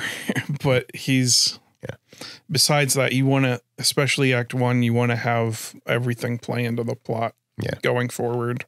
And this is really where you kind of, untie this element from the plot and then push it off into the sunset because you never hear from it again. Never see that guy again. But he comes across Roberts, who is using the arm of the glass to unlock his the manacles at his foot. And he basically says, am I going to have a problem with you? No. And then so he tries to get Roberts to help him. And this is where you start to get a read on Snipes' character, the character that Snipes is playing. That's not a good one because he's trying to help, because he's trying to give Gerard some light so Gerard can free some more prisoners. But Roberts is thinking of escape. It's kind of understandable, but at the same time, he's perfectly willing to let Gerard deal with this on his own and let these people die so he can get away. Yeah. And so he kind of crams the light in a place and then he takes off. And so Gerard's left on his own. He tries to save the last guy, and then the plane sinks, and now Gerard has a fugitive to pursue. And the next day, police on the scene, NTSB's on the scene, Gerard's team shows up, and they're beginning to make their preparations, and then a helicopter lands. And off the helicopter steps the director of the Diplomatic Security Service, which is sort of the police arm of the State Department. And ladies and gentlemen, Robert Downey Jr. has entered the game. And this is such a shift in the movie. Also, our intrigue plot has arrived. Yes. It's an intrigue plot, and it's also what is the most interesting relationship in the entire movie. Is the two of them, is Robert Downey Jr. and Tommy Lee Jones, their characters playing off one another, and they are both such good actors. it works. Everything they do works. Makes mediocre material work. Yes. Yeah. And this is where I think the flaws in the film start to become apparent, because it is such a contrast with what Snipes does. Now, I do think that Snipes is a good actor, but he's not an actor known for his range. Yeah. Also, he doesn't have the same thing that Ford has where he lets you in. He plays it cool, and he does that in this role too, of like, you can't tell what he's thinking. And it's works well for that stoic James Bond type action hero, which basically is what he plays in this. He turns out he's a spy, but yeah. And you still don't necessarily know that. And again, this is where it's like, I don't blame Snipes, because I think Snipes was bringing what he was asked to bring. Yeah. It's the character itself. And you see that in the next scene when you have a truck driver at a rest stop getting back into his truck. And there he finds his wife is being held captive by Roberts at knife point. Yeah. And Snipes is saying, just drive. And it's like, it's difficult to sympathize with Snipes' character. It's playing the opposite of what Ford does. Exactly. And you can't tell what they want you to feel towards his character. And they try to have their cake and eat it too, which I'll cover later. But and this is where I think, this is where I want to bring in the detail that I read. Supposedly, this film was shot with Snipes as the antagonist. That makes much more sense. It does. Yeah. But apparently when they did a test screening, the audience wanted to see The Fugitive 2. Yeah. And so they reshot it to do it. And to me, I mean, I tried to find verification that makes so many of the structural flaws make more sense. Yes. In this. In which case they do have to, so having their cake and eat it too, that's why it happens. Because they literally they wrote it one way and now they're pulling it back the other way, and now it's neither thing. Yeah. And it's, I don't know. And it feels like there's so much that is then inserted into the movie in order to sell that shift. Because this is when you start to see Gerard constantly commenting about how Roberts lets all these people live. And it's like, so if he's guilty, he's just supposed to be psychotically killing everyone he comes across. It's like that alone is not necessarily a plausible thing, especially when Roberts is doing so much harm to people. I mean, he's traumatizing them. He's stealing them. He's confronted at a roadblock, and when he's about to be caught, he just rams this car. He could have killed those two cops. Yeah. There's a later scene. He shoots Gerard. And yes, Gerard, who... There's a line after that where they're like, if he wanted to kill me, he'd gone for the head. And it's like, okay. And this is where the film totally loses me. It's like, when did Gerard become so forgiving? Yeah. I contrasted that scene. It hurts his character too, because I mean, you could kind of hand wave it away as Gerard just had that his encounter with Kimball gave him growth and now he's more forgiving. But this is the same guy who, when Harrison Ford said, "I didn't kill my wife," responded with, "I don't care." And now he's making excuses for being shot in the chest. Yeah. There's nothing to confirm that Gerard was wearing a bulletproof vest. And as we see later in the movie, Snipes' character shoots at Newman, and it's established later in that scene that Newman is not wearing a bulletproof vest. Yeah. And so it's like Roberts is doing things that are just so indefensible for a sympathetic protagonist. I mean, they make sense if he's a bad guy. Maybe in the sense that he's kind of motivated. He's making certain decisions in order to get to his goal. But is he a good guy? Not really. And we see this by the fact that he has no qualms, harming people. He ruins his girlfriend's life. Yeah. We'll get to that. But you have you have Gerard inspects the plane, which is dredged, where they're inspecting the dredged plane and they find the zip gun, which somehow of all the things that are sucked out of the plane, this little thing the size of a pen does not. And And they're kind of like, well, we need to take it back for inspection. And then Royce gets on the phone and he's telling someone, and it turns out he knows a lot about the zip gun that he didn't say at the moment. And that's when Gerard kind of does his little flex thing and throws Royce's phone in the river and in the water and handcuffs him. And he tells, Royce to get out of the cuffs, and Royce does the thing with picking the lock with Cosmo's sunglasses. And that's when it's kind of like, oh, I've seen this before. And the thing is, they don't really do anything with that. It implies that Royce and Roberts have the same skill set, but what is that supposed to mean? That's never really clarified. Yeah. But then we get to then we get to the scene where the semi is at the roadblock. Yeah. And so this scene, it plays it for suspense, and similar to, I'll get there in a minute, but he's trying to hide behind these guys, and he's not a sympathetic character in this scene, but it does play for suspense of he doesn't want to get caught. The cop is looking in there, and she pushes the dirty piece. Oh no, it was the cast that he cut off. Yeah, he cut off the cast. Again, yeah. In this case, we'll get to that. Just put a pin there because I wanted to talk about that a little bit later on. Anyway, so she pushes the cast forward and makes eyes down at it, and he sees it, and then he goes back to the car, and then Robert sees that. And so that's another level of suspense. Of now we're in suspense with siding with the cop. Of is Robert's going to find out about this, and then he does. And the reason why this action beat where he plows through the cop car works so well is because it was led by a suspense scene. And suspense is like this tension that's held, and the release often is done through a laugh at the end, but it also works very well if you have an action beat that it goes into. But now they know where Roberts is heading. They have him in the semi. They now can kind of focus their hunt. Roberts abandons the semi. Now they're in a swamp, and they do the swamp chase. Yeah. Where we have a bunch of local. It's a nice little comedic scene where Gerard is saying to them, which one of you guys, knows the swamp best. And of course, all these guys are, raising their hands and, like which one of you is like, an ugly, bad smelling SOB, and they all raise their hands joking. And it's a nice moment of levity that kind of gets to how Gerard's kind of he gets people. Yeah. But they do the swamp boat chase.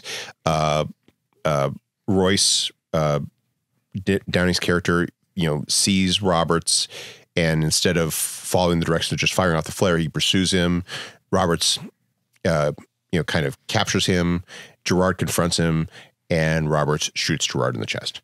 And it's at a range that I don't think Kevlar vests are rated to survive. Oh, okay, yeah.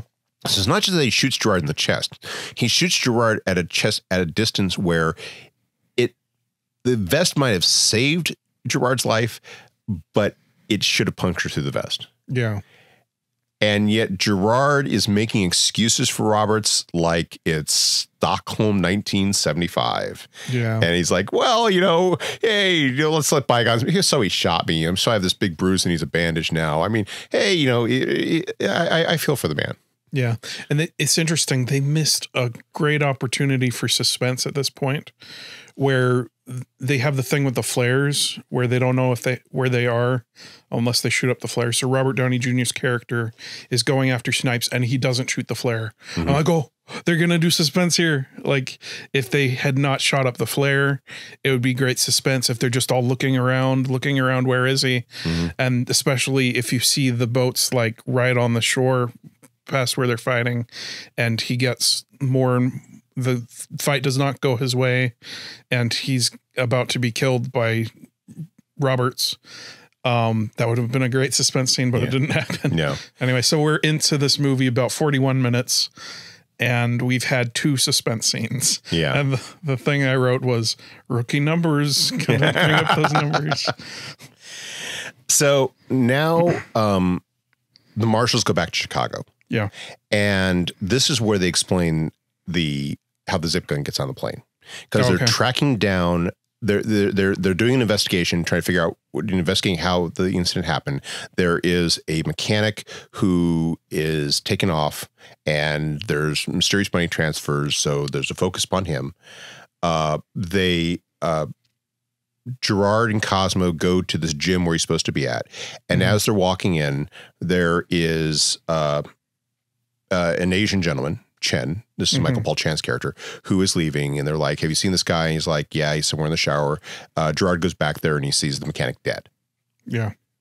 And so now this Asian gentleman is...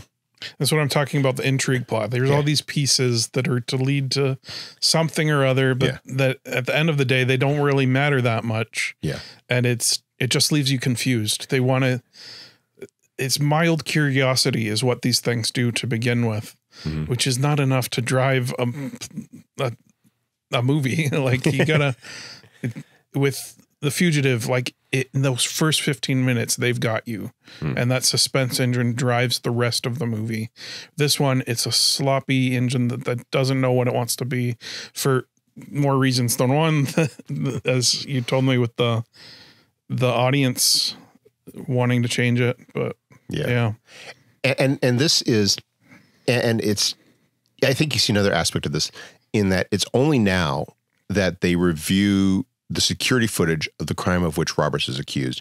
And this is when you finally see the tie-in to the opening. Yeah. And you realize that's the crime of which Roberts, I mean, you could pretty much figure it out by this well before them, but this is where they definitively establish it. And they also find out, though, that according to the footage, Roberts was wearing gloves. Yeah. Which raises questions. How did they, if they identified Roberts based upon his fingerprints on the scene, how could they have done that if he's wearing gloves? So off to New York City, off to a confrontation with the DSS director. And it turns out that this person who we were introduced as Mark Warren, who we are now following as Mark Roberts, is actually Mark Sheridan. And it turns out he is not a tow truck driver. He is not a DSS agent. He is what is called a kite. He's an ex-Marine, ex-CI, basically he's a contractor. So he's got this skill set, and which, for the sake of the audience who doesn't know any of that stuff, he's a spy. Yeah, he's a spy. But apparently this is also excused to the fact that he does all these things. Unlike The Fugitive, where we see Ford, one, leaning into an established skill set, and two, learning how to do the things. Yeah. Like I'm assuming you're not trained on how to make fake IDs as a vascular surgeon. Yeah. So we have those brief moments where Ford's doing that. It's just assumed that Snipes knows how to pick, handcuffs and all this stuff because of his training. He's just already an expert with that. So when he's setting up the security cameras, this is basically as much emotion as you can get out of an expert. Like, let me do more background. For Hitchcock, he made sure to make all his protagonists everymen. In North by Northwest, he's an everyman. He's just like in The Fugitive, he's a doctor. In this one, he's an ad executive. Yeah. And it really, they're clever with The Fugitive. It comes into play, his expertise that it's unconnected later.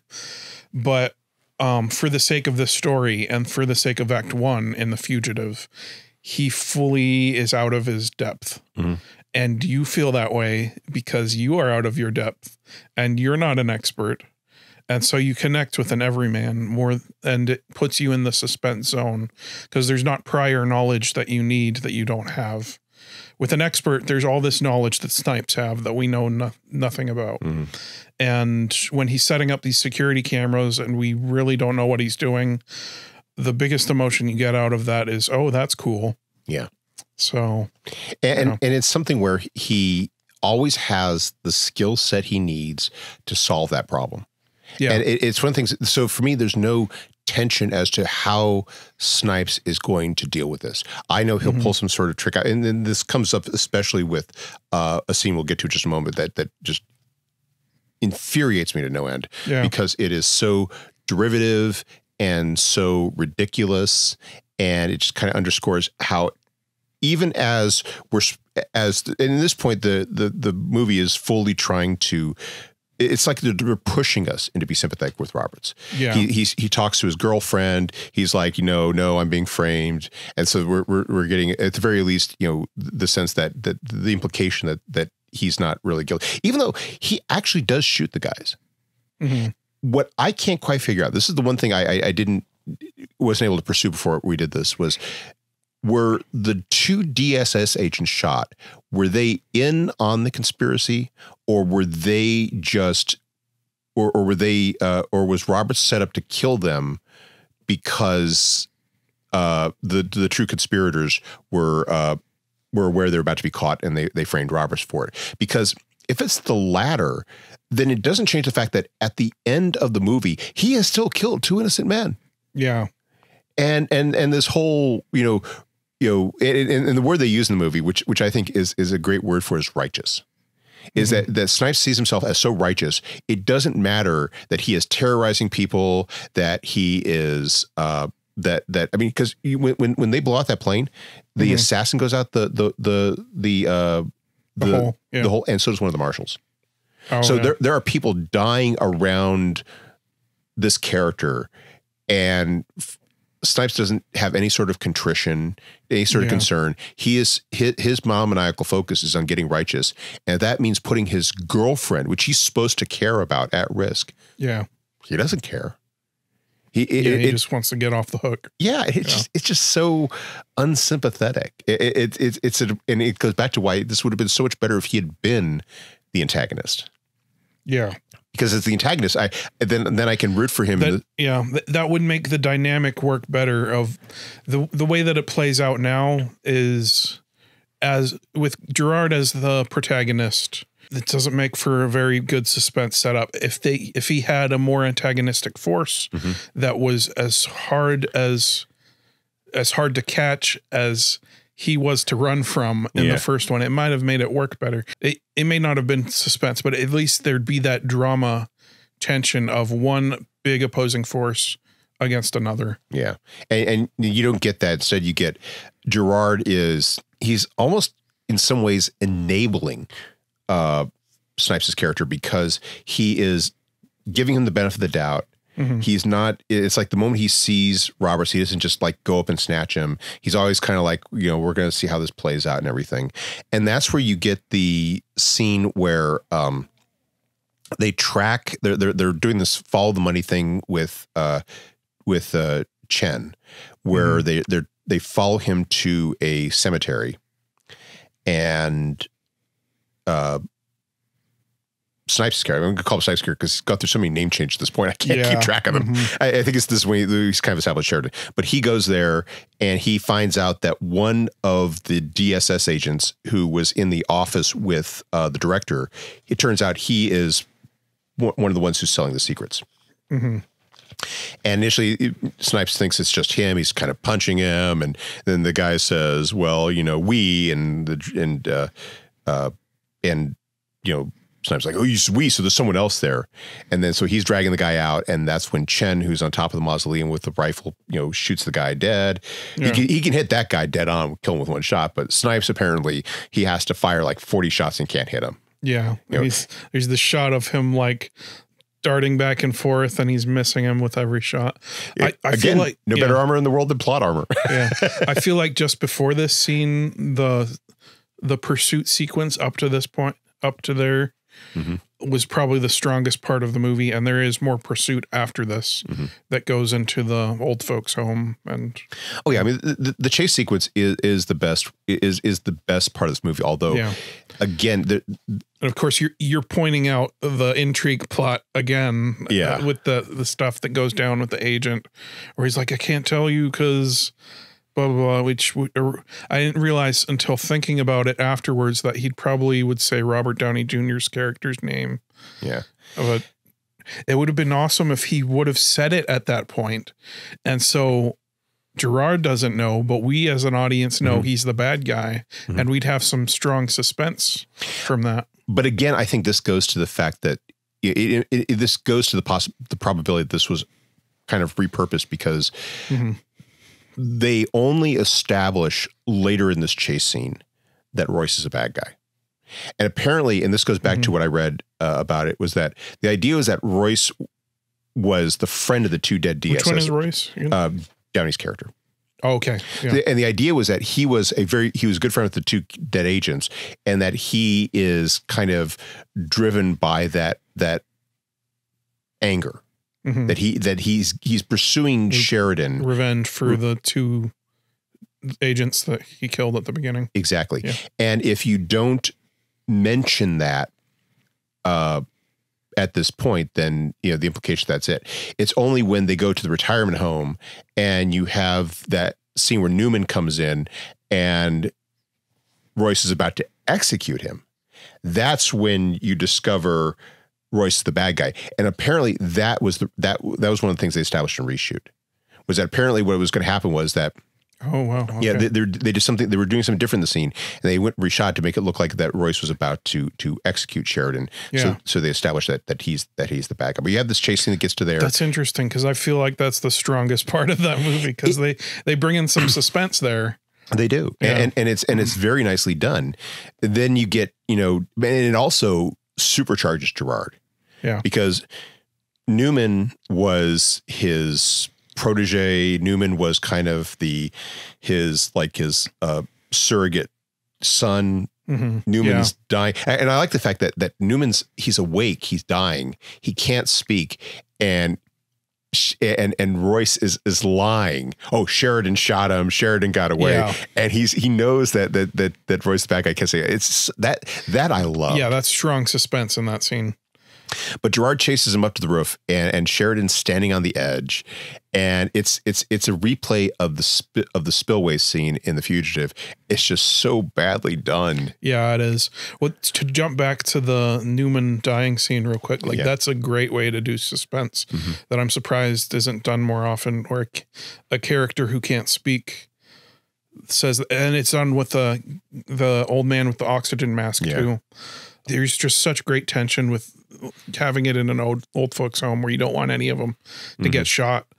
And then especially it's played for suspense with well, actually it's not really suspense. It's more tension, because if we would have known Sheridan was up in the corner, then we'd be in on it and there would be suspense. But it's interesting how that whole sequence plays out, where they're pursuing Sheridan, who abandons his girlfriend. Yeah. Now, granted, it's at her insistence, but it is nonetheless like he's had to, you know, he's put in a situation where she's not going to be under arrest. Yeah. And but then he goes to the retirement home. He's pursued by Gerard, Royce, and Newman, and Newman's kind of secured the front. Sheridan sees him. He shoots at Newman, and he misses, but it's because Newman dodges. At least in part, because you can't tell me that in that frantic sequence that Sheridan could aim the shot just in a way to not hit the guy, especially given that Newman's moving. Yeah. And it's established when Newman is shot, he's not wearing a bulletproof vest. So we could have had Sheridan, in his righteous quest to save himself, kill a U.S. Marshal, but for circumstance. And then you have the chase scene up to the room, and you have Royce somehow manages to get the drop on Sheridan. He's about to execute him, and then Newman comes in, he shoots Newman, and Sheridan gets away, goes to the roof. Gerard chases him, and then he does this jump off the building, swing onto a train station, gets on a train, leaving the platform. Sheridan is just such an implausible character. He again, not only does he have the skill set for every skill he needs, he basically is superhuman. Yeah. And you go back through the sequences. He always seems to know, you know, who to shoot. He somehow always can threaten people, endanger people's lives without actually killing them. When he is removing the cast in the truck for an injury, an accident he suffered like just a few days before, it's all magically healed. And now he can do all this and go exactly where he needs to go and get away. And not only that, he can stop Gerard, who's now really motivated to catch Sheridan. It's basically Jason Bourne with magic powers. Yes. Yeah. Magical screenwriting convenience powers. And I think this is where I began to feel that sense of righteousness, but it was righteous anger towards the movie. Yeah. It's funny. I just like, and it's interesting, that moment with Newman, like there's a lot of moments that are played really quick and dirty, and you can't really tell what happened. Like my mom was watching the movie with me when we were watching, and the scene where he shoots the side of the plane I picked up on, okay, he's going after the guy, and then he accidentally shot the side of the plane, but I had to play it back for her to show her. Yeah, he was going after Sheridan, and then the scuffle, and then but they play it so quick and dirty, and in The Fugitive, they know how to play it out and pace it out so that you have all the setups you need before the action happens. Mm-hmm. And then it's not just all thrown at you in the moment. And there's one moment near the end that I'll point out when we get there. Yeah. But now Sheridan's gotten away. Yeah. And Gerard is now driven in a way he didn't need to be, because supposedly this character is just really focused on catching his guy. But now he has to have, this time it's personal. Yeah. And Sheridan is doing his escape. And now we get to this point where this guy who is supremely competent, who's done all these things, leaves a clue behind. Isn't that convenient? And if Sheridan were played more like, ignoring the fact that they changed it from him being a strong antagonist to now he's kind of relatable. Yeah. If they would have written it as him being a sympathetic character, as in The Fugitive, this scene would play for suspense really well. Yes. With him coming after him, because we know he's not the guy. Robert Downey Jr. bad guy, but it really doesn't play that way, even though it's structured for suspense. That's why you need the everyman. Yeah. In that, well, aside from a sympathetic character, but also there's so many muddled mess with his character that just you don't know how to feel about him is the problem. Yeah. Yeah. And again, I don't necessarily blame Snipes for it, because I think he was playing the character he was supposed to play. It's just that it was the wrong character for the story. Yeah. But Gerard figures out that it's a tab from that. This little clue is a packaging for motion sickness. I love the scene in the pharmacy where he's just ripping through packages. Ripping it open. Yeah. That random guy I don't know if I thought it was an employee when I was a kid, but this time I noticed that's just a random guy. Yeah. He's like, "Can I help you, sir? You don't work here. Like, what are you doing?" Yeah. I guess but it was kind of Gerard demonstrating just how determined he is. Yeah, that's good. But then he figures that leads him to believe that Sheridan's taking a boat, and they figure out through the magic of computers that it's this one freighter. Oh, my dad, you should hear him go off on movies, how they use computers all the time. Because he's not a computer programmer, but system architect, which basically he does security, like Mission Impossible and basically any 90s movie. The Net. Oh, I'll go off on that one like crazy. The Net is such a. I tell you, if you want to hear, if you want to test somebody's competence in computers, ask them about the Net, and if they know anything about computers, you'll get a 5-minute tirade about how awful computers are done in that. We could maybe do, or I'm not saying this is a real thing, but we could get a whole podcast out of my dad just going off on different movie depictions of computers. But anyway, they figure it's the freighter. Gerard, gets on board a helicopter. Royce is there too, and it's the kind of thing where, again, their chemistry is nice, because Royce he's deliberately, and this is where the plot as it is actually works. Royce is deliberately playing upon Gerard's desire for surrogate sons, and he makes it a bit more overt in a later scene, but. In effect, he's tagging along to help Gerard avenge Newman. And so they go they go to the freighter, they track Sheridan down. You have that fight scene, which, starts on the boat. They're hanging at one point on a bundle of things, and they fall into the grain and they fight it out. And Sheridan's about to shoot Gerard, and he stops. And I guess that's supposed to be where Gerard begins to have sympathy for Sheridan again, perhaps, even though this guy killed his protege. Yeah. And then we find out that Royce is not a great shot, because he empties he fires half dozen shots at Sheridan. Gets one hit. Gets one hit, exactly. So, granted, they're at a distance and everything, but there's a certain amount of spraying bullets taking place. Yeah. But now Gerard has his man. Sheridan is in captivity. He's in custody. He's in the hospital. He's clearly not going anywhere, even if he could. Yeah. And we've got some good suspense here because they set up Robert Downey Jr. as the bad guy. Yes. And Gerard still doesn't know. So yes. But then it's how Gerard figures it out that is just so problematic. Hinky. Hinky. Yeah, we'll go with Hinky. Yeah. Hinky works. Making a reference to Fugitive. Where it's a callback to when he first meets Royce, and like he says, "Show me your gun," and he shows this gun, and Gerard says, "Get rid of that nickel-plated sissy piece. Get yourself a Glock." Yeah. Royce still has the gun throughout much of the movie, but if you're paying attention, when they're on the freighter, he has a Glock. Yeah. And that's because I think it was during the retirement home sequence, he passes off his gun as Sheridan's. Mm-hmm. But somehow when they're processing the evidence, Gerard sees it and he somehow instantly knows it's actually Royce's gun. Well, he showed him earlier. He asked him he asked to see his gun when he first met him at the. Yeah, that's it. But then he asks to see Royce's gun again, and Royce pulls out the Glock. And this is where you see Royce really leaning into the son things, like, "Well, you told me," and "Yes, Sensei." Mm-hmm. He's hamming it up a little bit, which is very Downey-esque, and yet it works for the character because it's such a. I mean, he really.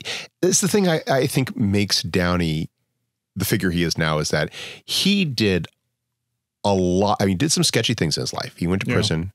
He acted in some things that were not great.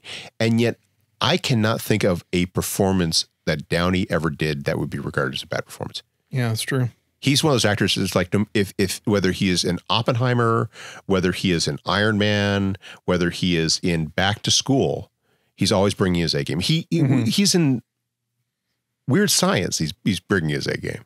Yeah. That professionalism, I think, is very much on display here. And his interaction with Jones, who's another professional. Yeah. It is just so good. And the scene works. Although you have to believe that maybe there's a degree of naivete in Royce that he doesn't even, or maybe arrogance, where he doesn't question that Gerard has pulled the switcheroo, even though it's obvious to the audience. Yeah. But Gerard goes to get some coffee. Royce tells the cop on duty, "I've got this. You go process this stuff." And then he goes in there and he tries to kill Sheridan. And this is where you really have to appreciate how badly written it is, because it is only now that Sheridan figures out that it's him. It's Royce. Yeah. And it's kind of like, why does Royce need to kill him? Because one, Sheridan still doesn't know it's Royce. Yeah. And two, they've already established that they can try to kill Royce when he's in custody. Mm-hmm. Or they can try to kill Sheridan when he's in custody. Yeah. So it's like, why kill him in a way where it's only going to increase suspicion on Royce? Yeah. It's like, we have to, it's another example of how you have to have smart people doing dumb things in order to make the plot work. Yeah. And then there's the part where Gerard comes into the room. Royce is trying to kill Sheridan. Yeah. Sheridan is on the floor, and Gerard comes in, and Royce is like, "Well, I caught him trying to escape." And Gerard's like, "Were you going to shoot him with a gun?" And it turns out he's removed the bullets. Yeah. And he exposes this. And Royce goes, well, Marshal, I guess you got me. And then he has like a backup gun. Yeah. And he's pulling it out, and he's turning around, and Gerard shoots him. That bit is played so quick and dirty that it's like the same thing that I'm talking about of it's trying to be clever of withholding information that he has another gun, that had they have just told us he had another gun earlier, we would have known what was happening. And we're not trying to figure it out and do this arithmetic in this quick little action beat. Especially when the one person who is not surprised that Royce has a gun is Gerard. Yeah. So it's not like they're making it a surprise from him. Yeah, that's true. Yeah. But then, of course, Royce is dead, and Gerard says to Sheridan, are you going to run? And you get something similar, which is, he's just going to crawl back into bed. And then we get wrap up scene where, Sheridan's vindicated. How do you feel? I feel righteous.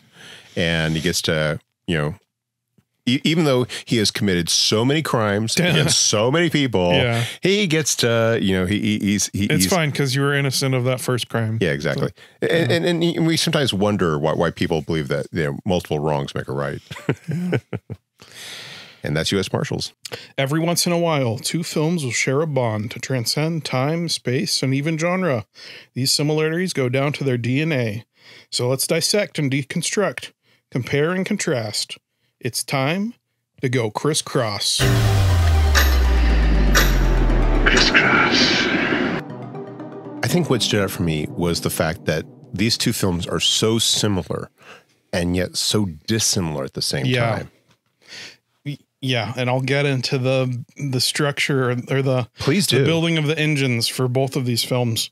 I want to start on a positive note. So, please do. Fugitive builds a perfect suspense engine. Fugitive is suspense, and then I would call U.S. Marshals intrigue, similar to mystery, but there's just no clues. They play in the dark, a lot of stuff like the toilet tube, gun, zip gun, yeah, and lots of stuff where they're trying to be clever type thing, and they're keeping stuff from you. Could I add something there? Yeah, which is that I think, and I think one of my issues with U.S. Marshals is the fact that that's not really Gerard's milieu. Is that he is about catching fugitives, and he is so organically a part of the issues of the story and the premise of the Fugitive. Yeah. And you think about how he's not a detective. He's not a detective. Yeah. And I get how they how they kind of make him into one. Maybe that created an expectation he had to be. But it's also the fact that they basically have taken Gerard's character and they said, well, in the first one, we kind of made him a detective. In the second one, we're going to kind of make him a spy hunter. Yeah. And it's a choice. It's a choice. But I would not say it's a good one, especially given the fact that if you're trying to replicate what worked in the first movie, which is at the essence of what they try to do with sequels, it was not the fact that Gerard was a fish out of water doing, law enforcement roles that he wasn't trained for. It was the chemistry with him and his team. And you get a lot of that in U.S. Marshals. Yeah. So the thing that makes suspense work is just having it crystal clear. You have to know what's going on, what's happening. And U.S. Marshals falls into the territory that Hitchcock would call mysterious goings on, where things are being kept from you to do clever plot reveals and stuff like that. But up until then, you're not feeling much of anything besides curiosity. Yeah. But the emotional effect you get from suspense, which is the driving engine of The Fugitive, is it makes it edge of your seat. You have to know if this character is going to make it out of this. And I feel that to make that work, they really trade on the sympathy that we feel towards Gerard, because the Wesley Snipes character is completely unsympathetic. We develop sympathy for Royce, but he doesn't come in until like a third of the way into the movie. Yeah, that's true. And so they really are putting a lot on the character's shoulders and the bond that Jones has created with his audience from the first movie.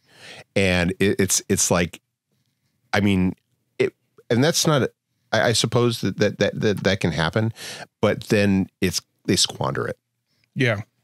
So, and the wrong man is a great trope that The Fugitive uses very well, and they kind of half-heartedly do it in U.S. Marshals, which apparently wasn't even done until reshoots. You see it play out in the interrogation scenes of both of them. Yes. In The Fugitive, it's blatantly clear his wife was murdered. He's innocent. And that is the best. That's the thing that makes it the wrong man, is he's innocent. And he is sympathetic because, first of all, it's Harrison Ford, and just the way he acts and lets us in with his face where he looks like a deer in the headlights in this interrogation. Snipes plays it cool, and we don't even know what the crime is. It's very hazy. Yeah.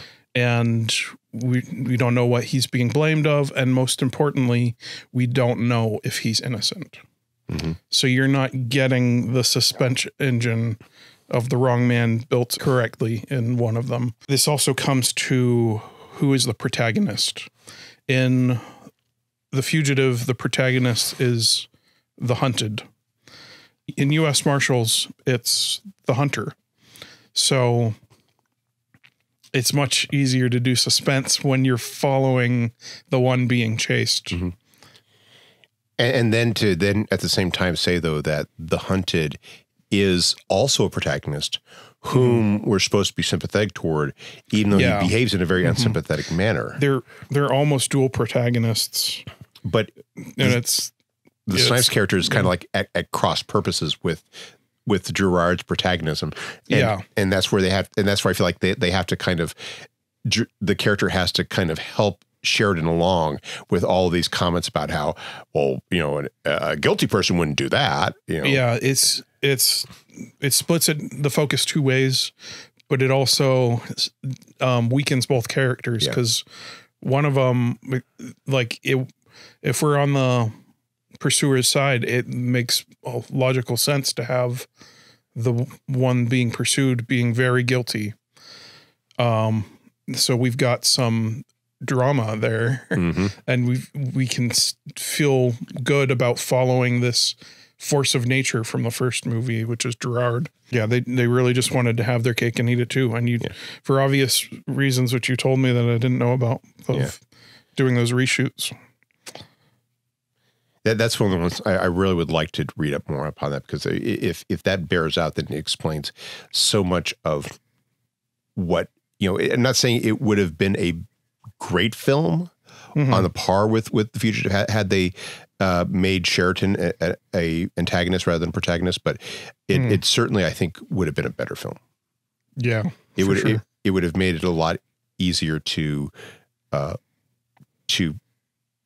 appreciate the film for what it is, rather than the film trying to have it all both ways. Yeah. Also, Gerard makes a much better antagonist than he does a protagonist. And that's because if he's the protagonist, he has to be on the back foot, and that takes away from his force of nature quality. Yeah. And in The Fugitive, since he's the antagonist, he's allowed to be as strong and determined and on his tail as possible. But we've got as a main character, they have to be on the down, or on the back foot, as I said. So, and that gets to an interesting question, which is whether or not the whole premise of doing I don't know if we should even call it a sequel. I call it a spin-off, because it's not even, we're not following the same main character. So, well, then let's say the whole premise of doing a spin-off centered around Gerard. Now, I get why they did it. Yeah.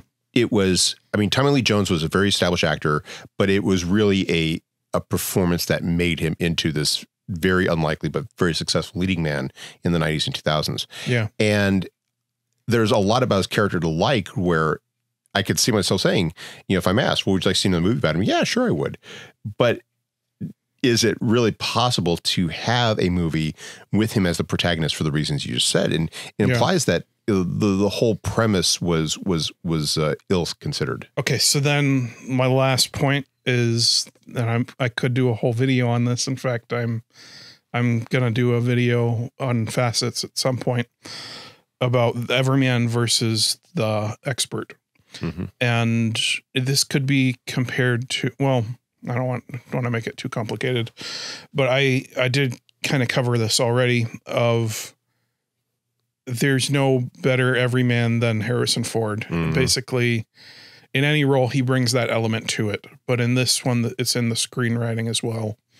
Of he's a man thrown into a world he doesn't understand, and he's accused of a crime he didn't commit, and you are on his side. And there's nothing being withheld from you of his knowledge, besides the doctoring stuff, which doesn't come into play until later.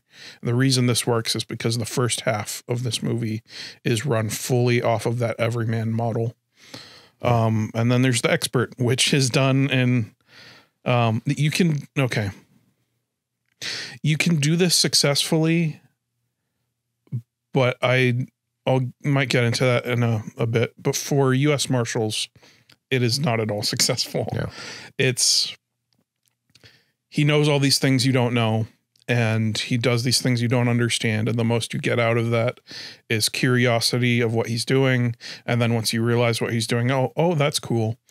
That's it. Like, that's emotion wise, you don't have any umph behind that.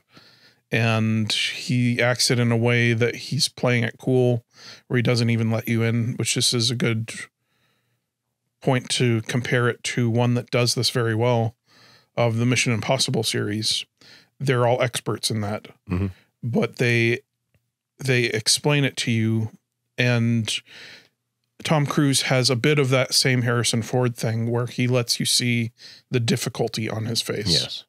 And he lets you in the key thing that gets you in on with his character is he does these crazy things that are impossible to do, but he makes it look like it's hard to do as he's doing it. Another example I can think of that is Bruce Willis in the first 3 Die Hard movies. Oh yeah. Where he's a trained police officer. He has very definite skills, and yet he is, he's in over his head. He's in over his head in every one of them. Yeah. And you feel the strain. You see, it's like, I keep thinking about that climactic scene, the first one, where Gruber has Holly by a gunpoint, and you see John McClane coming out, and he's like broken and bruised and battered and bloody. Yeah. And the whole experience is taking a toll. And they do that in the second film. They do that in the third film. And so even though he's an expert, he is still relatable. Yeah.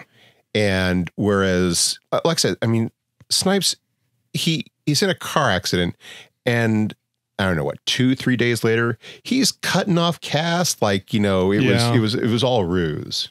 The only reason he had the cast on, he had a doctor put it on. Doctor, I might need to smuggle Glass's arm in there at some point. So could you give me a cast even though I don't need it? Go ahead and charge the insurance for it. So yeah, maybe that's where we see Snipes' limitations as an actor, because I think I don't see him as being able to pull off that whole. He's too stoic. Yeah, he's too. That's his thing, and he doesn't have that Harrison Ford thing where he lets you in with his face. I see him try to do it in the movie, and that might have been the direction. I don't know, but there's a couple moments where he tries to pull that off, and it doesn't work as well. But because his thing is really that steely cold look. Yeah, so which he made a lot of money off of, but at the end of the day, you just can't sell it in terms of making this particular character sympathetic. Which it would have been great to see the cut where he's the full-on antagonist, because I feel that would play much better. But indeed. Anyway, it's a loss to history, I suppose. Yeah. So what would you rate this film? Yeah, so star ratings. I would rate this. Oh, well, okay. We'll start with The Fugitive. Fugitive for me is a 5-star movie. Okay, yeah. In the sense of, it's something I often deal with ratings. Do I have this absolute scale by which I judge all things, or do I rate it based upon what it's trying to be? And I tend to gravitate towards the former, and I really should do the latter. And for The Fugitive, doing the latter, it does exactly what it needs to do, and it does it brilliantly. Yeah. It's never going to be on the list of greatest, artistic, cinematic masterpieces of all time necessarily, but it is, you said, it's a masterwork in suspense. Yeah. And it is a film it's a film made for an audience. And it's a film that demonstrates that for me the best, that I can constantly watch it and have that same level of enjoyment, even though I know exactly what's going to happen. Yeah. I know when Harrison Ford is trying to escape out of that building, that with Gerard on his tail, that he's going to get away. but it's no less exciting to see him do it for the 20th time. Yeah, for sure. Yeah, I'd have to give this 5 stars as well. Yeah. It's one of those movies that I just is so integral to me growing up with movies that I can't imagine without it. And the only thing that really gave me some distance on it was watching the original TV show and just seeing like, oh, this was another thing before it was this, and just seeing how special that is that they could boil down that plot into one movie and have it play so well. Yeah, 5 stars. Okay, so U.S. Marshals. I am going to give it 2. Okay. Because I know I've been, harping on my issues with the movie throughout the entire coverage, but I have not, in doing so, I've really kind of overlooked the things about it I liked. I mean, the fact is that, Jones, Roebuck, Wood, Pantoliano, they it's like they picked up right where they left. You instantly buy that this is a smoothly running team. Jackson's in there. She doesn't do quite as much, but it works, and seeing their chemistry is a highlight. Robert Downey Jr. comes in. He is the odd person out, but he has this great chemistry with Jones. He plays well. Again, Downey brings his A game. I mean, there's so many underused. I mean, Michael Paul Chan's amazing in it. Patrick Malahide's in it. He's wonderful.